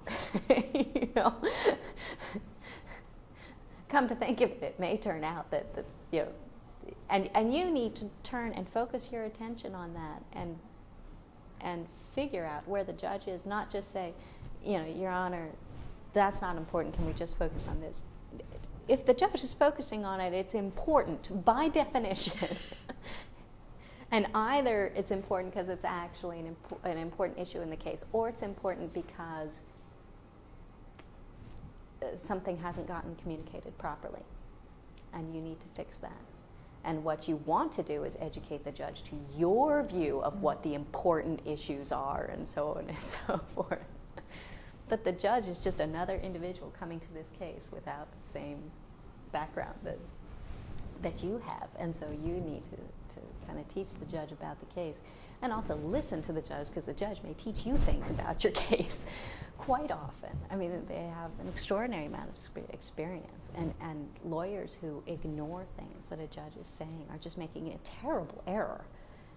But I've seen it happen. You know, I see Judge Brody sort of dropping broad hints. Well, what about this? And lawyers saying, oh, well, no. This is what we're talking about, Your Honor. Okay, I should say, you know. You had said that you also learned about how judges talk to each other. How do judges talk to each other?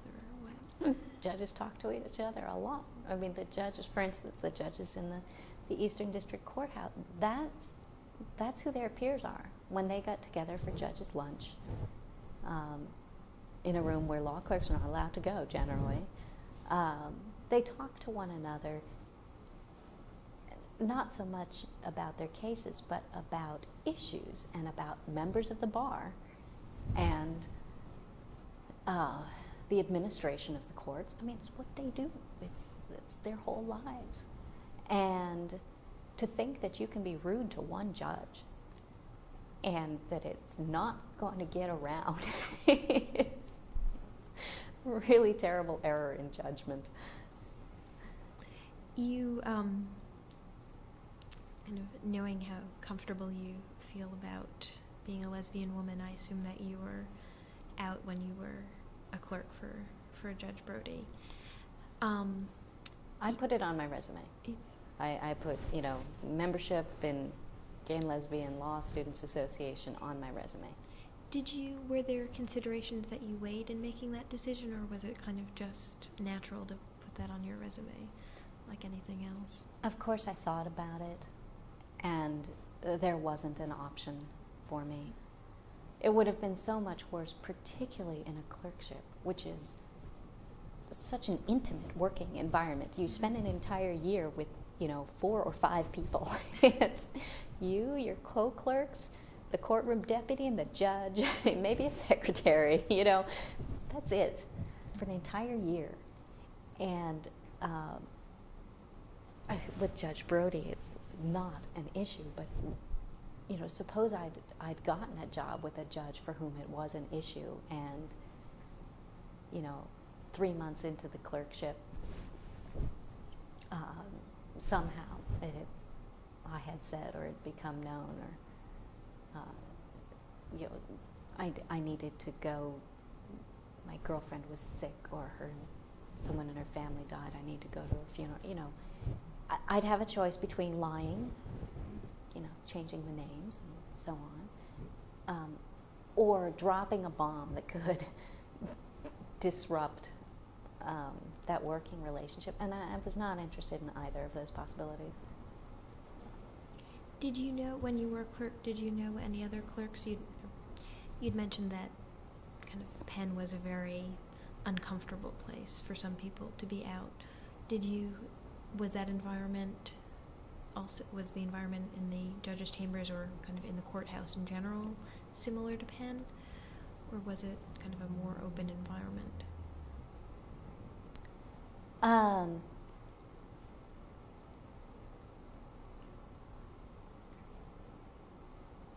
I think that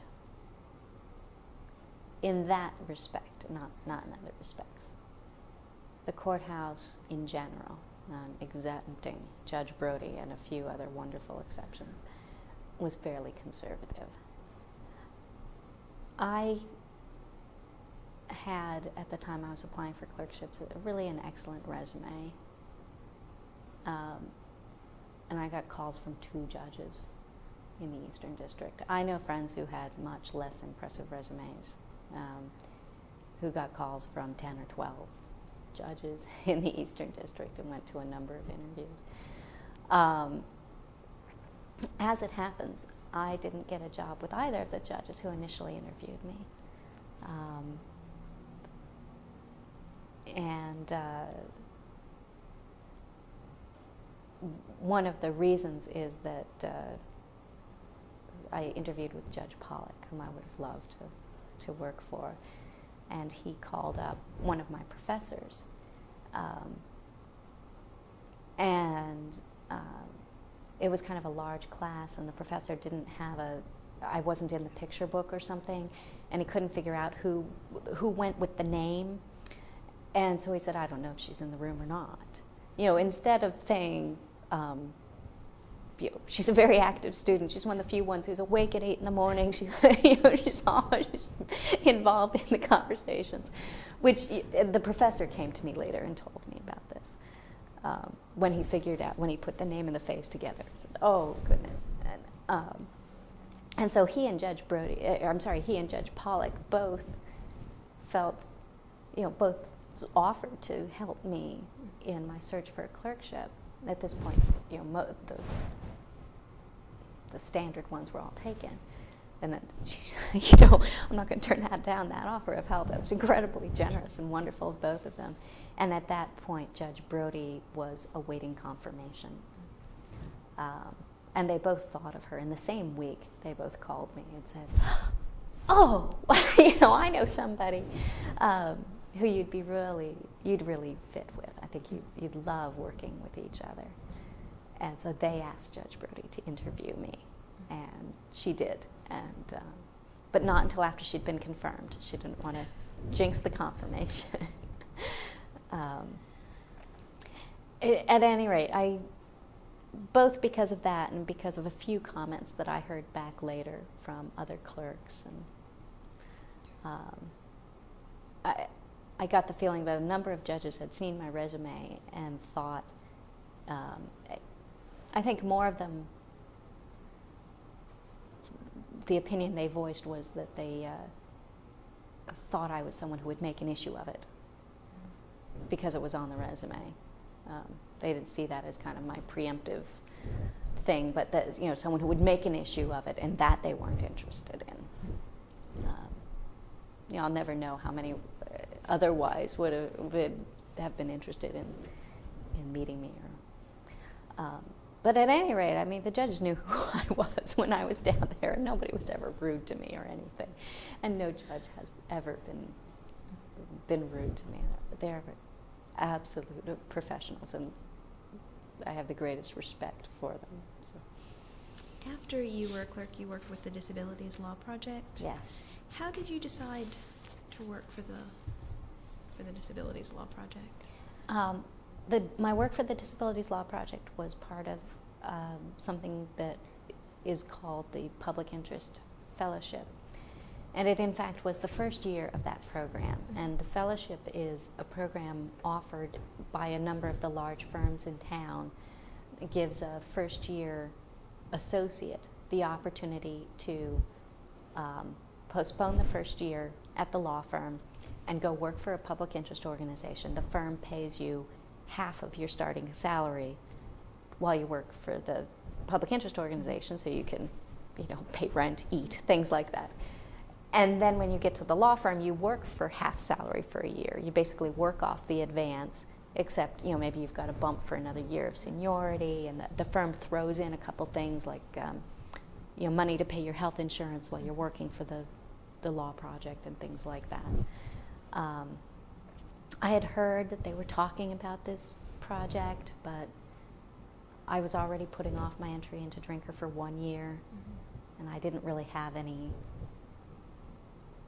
I wasn't really ambitious about doing it. And then I got a call from Frank Fink at Drinker, who's someone I had worked with when I did my second summer at Drinker. And this project was really his brainchild. He was one of the people who helped develop it. And he said, "It's the first year of the project and we don't have any takers. Don't you really want to do it? Don't you really, really want to do it?" And I said, "Okay, well, sure, I'll play guinea pig. Let me go around and look." I had decided I didn't want to go back to the Women's Law Project. I really wanted to work in the area of disability law. It's always been an interest of mine, at least since my first job as a guide for that visually impaired woman. So I talked to the AIDS Law Project, and I talked to the Disabilities Law Project. And the Disabilities Law Project was the place that had the most opportunities for me in terms of different things to be done. They also had the most leisure time for training. I mean, the AIDS Law Project was just so overworked. I mean, there was such a need, but on the other hand, to bring me in, they need to train me and give me a desk and, commit resources to me, all of which was a little bit in question. Whereas the Disabilities Law Project, had a desk and they had time to do training and the resources to devote to that and they were just about to launch on into an ADA enforcement project. The ADA was passed in 1990, but had a 2-year phase-in period for some of its requirements and a 4-year phase-in period for the public accommodations, that is, private businesses' requirements for accessibility. And that phase-in period was coming to an end, a month and a half before I was to start at the law project. So I came in on the ground floor of this ADA enforcement initiative, bringing some of the first public accommodations, accessibility claims,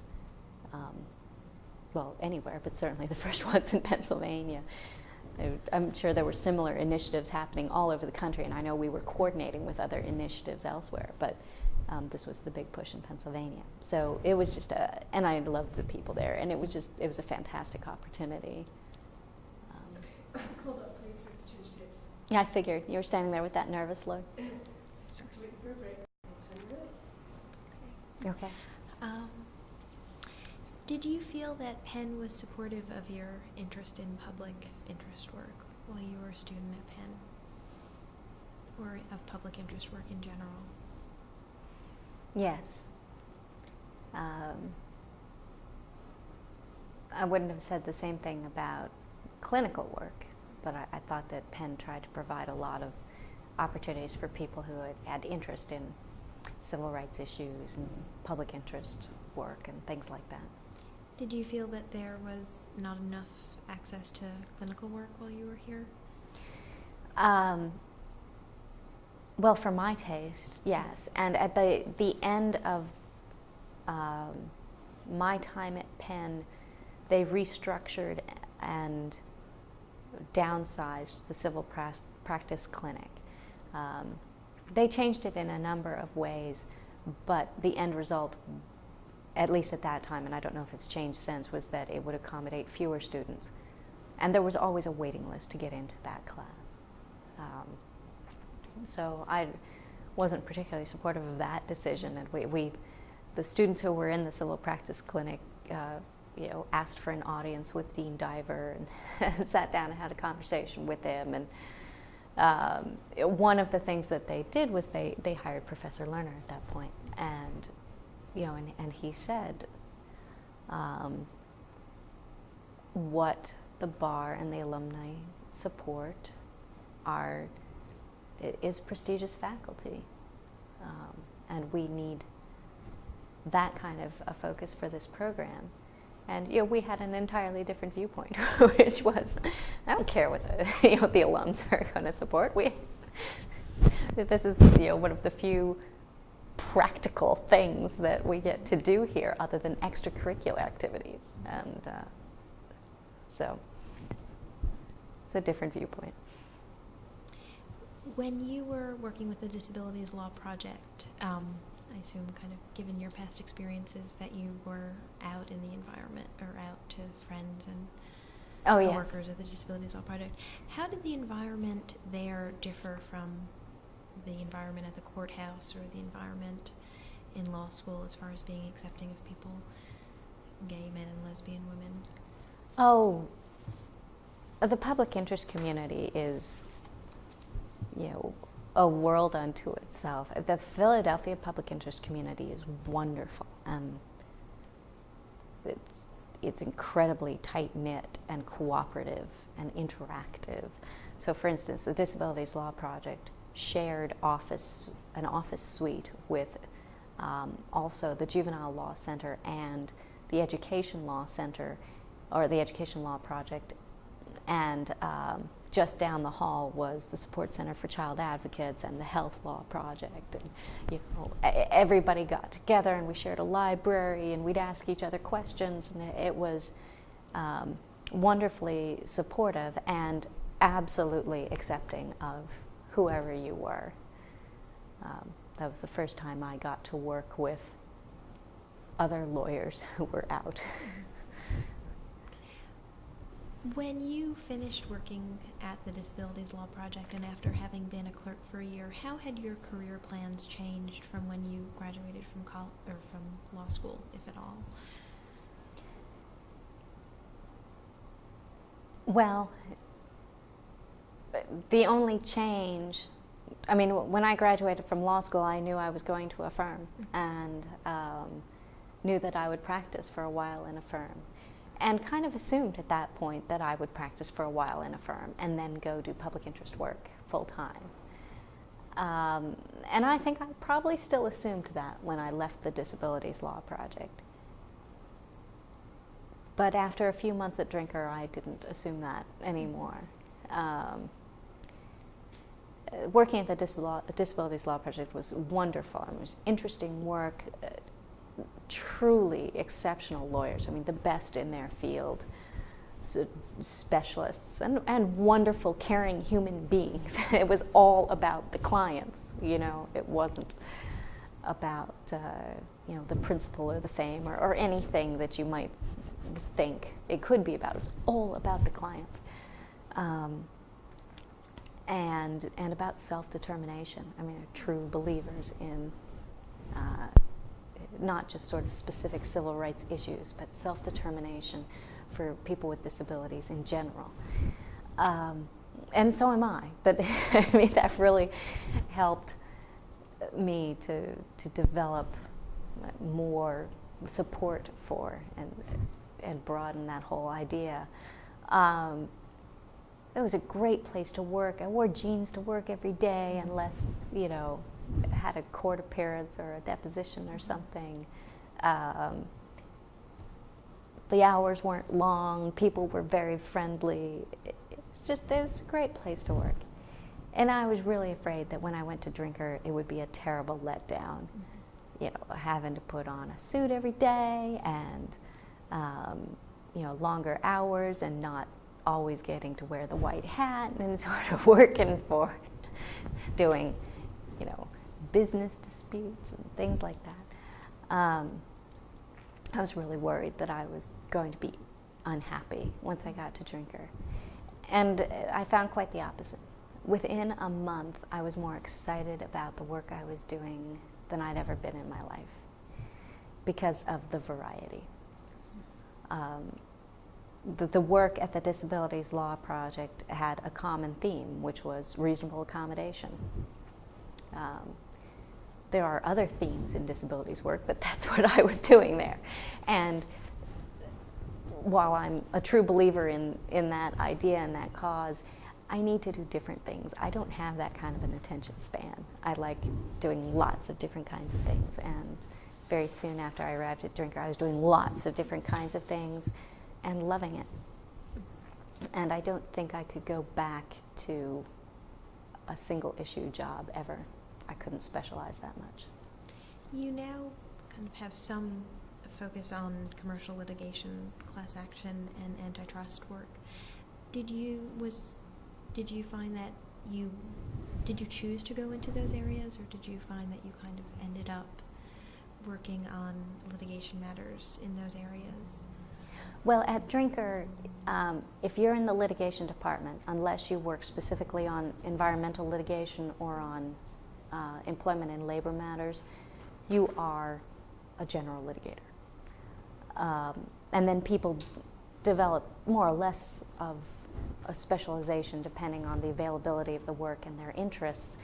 I'm not particularly interested in specializing, except with respect to class action work. That's something I've always been interested in.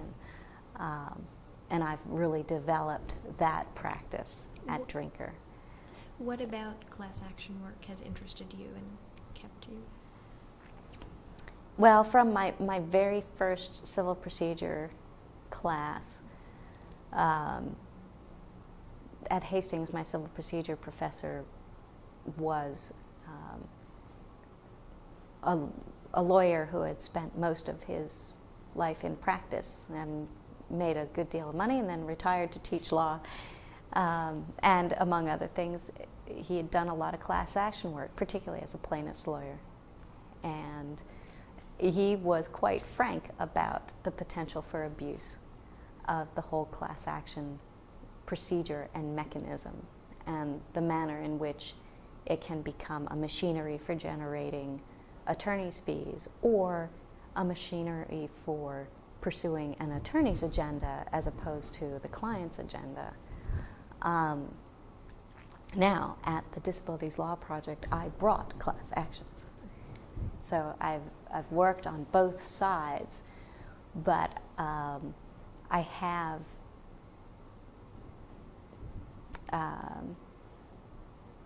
a real sensitivity to the potentials for abuse.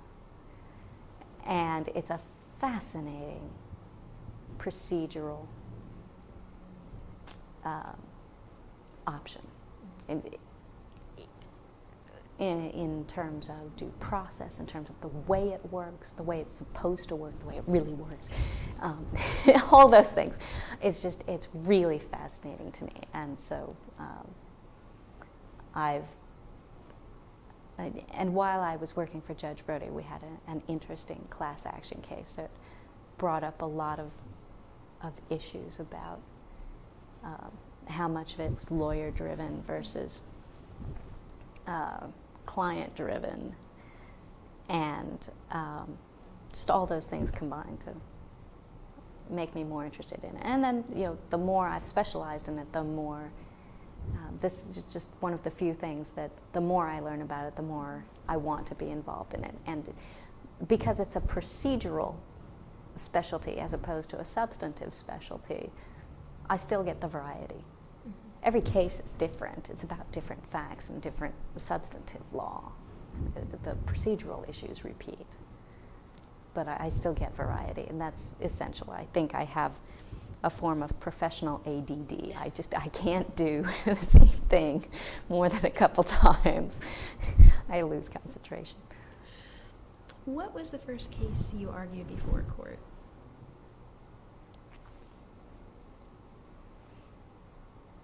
Stood up in person and argued? That would have been one of my cases at the Civil Practice Clinic, a custody case I had. What was the experience like for you? Oh, it was great. We had a great client. Some of family law work is very difficult because nobody's perfect, and people are in there saying horrible things about each other. And our client was just perfect. She was pristine. She didn't put down her son's father. She was just resisting kind of an effort at harassment. The guy didn't actually spend that much time with his son, would let his mother take care of him when he had him for the weekend or whatever.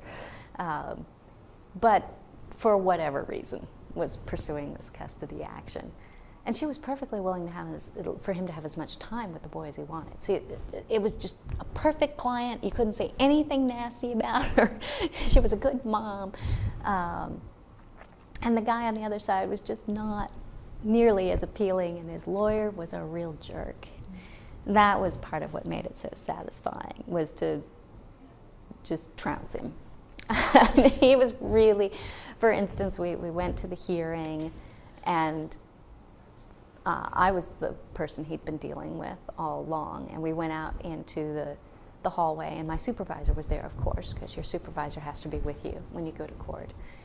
And he basically turned his shoulder to me and started talking to her and said, I got the papers that your girl sent over, referring to me, and kind of started talking to her about settling the case. And I said, excuse me, I represent Ms. So-and-so, and you need to talk to me. And he didn't take that awfully well. He was just very condescending and very pushy, and he tried to kind of bully a settlement, and then when we wouldn't agree to what he wanted, started sort of, threatening to pound us into the pavement kind of thing. Wait till the judge finds out this and that or the other thing, none of which is true and none of which he had any evidence of either. I mean, he's talking about drugs and just, nothing. And he was pretty contentious, and it was a really kind of energetic hearing. And then at some point the judge said, okay, I think I've got an idea what's going on here. And he took over and he said, okay, look, you need to spend more time with your son, and ordered some additional visitation, but it was not going to change the primary custody arrangements, and really just kind of waded in and did some good work with them. And so it was a great experience, very satisfying. Everything went well. I had another hearing just a few weeks later where everything went wrong. My client had lied to me. We get into the hearing and there's all this stuff coming up that she's not told us the truth about, and things about gambling away the marital assets and all sorts of just ugly things. So those two hearings stand out in enormous contrast in my mind. They were my first two court arguments. I assume that you're out at Drink or Biddle. Yes. And in comparing kind of the environment from the Disabilities Law Project to at the courthouse in Penn, what is the environment at Drink or Biddle like?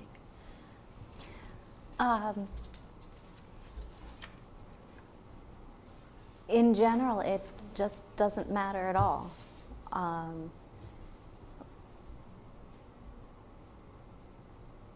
My friends know me, they know my partner.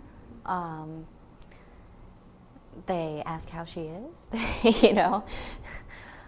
we get together on occasion. I bring her to firm functions. There's always a stare or two from some older member of the firm who probably, hadn't heard the news. I don't think they actually sent out a memo, but no one's ever, other than my summer,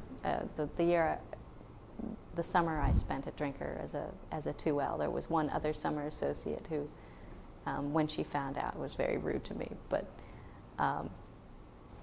other than that, no one has ever taken a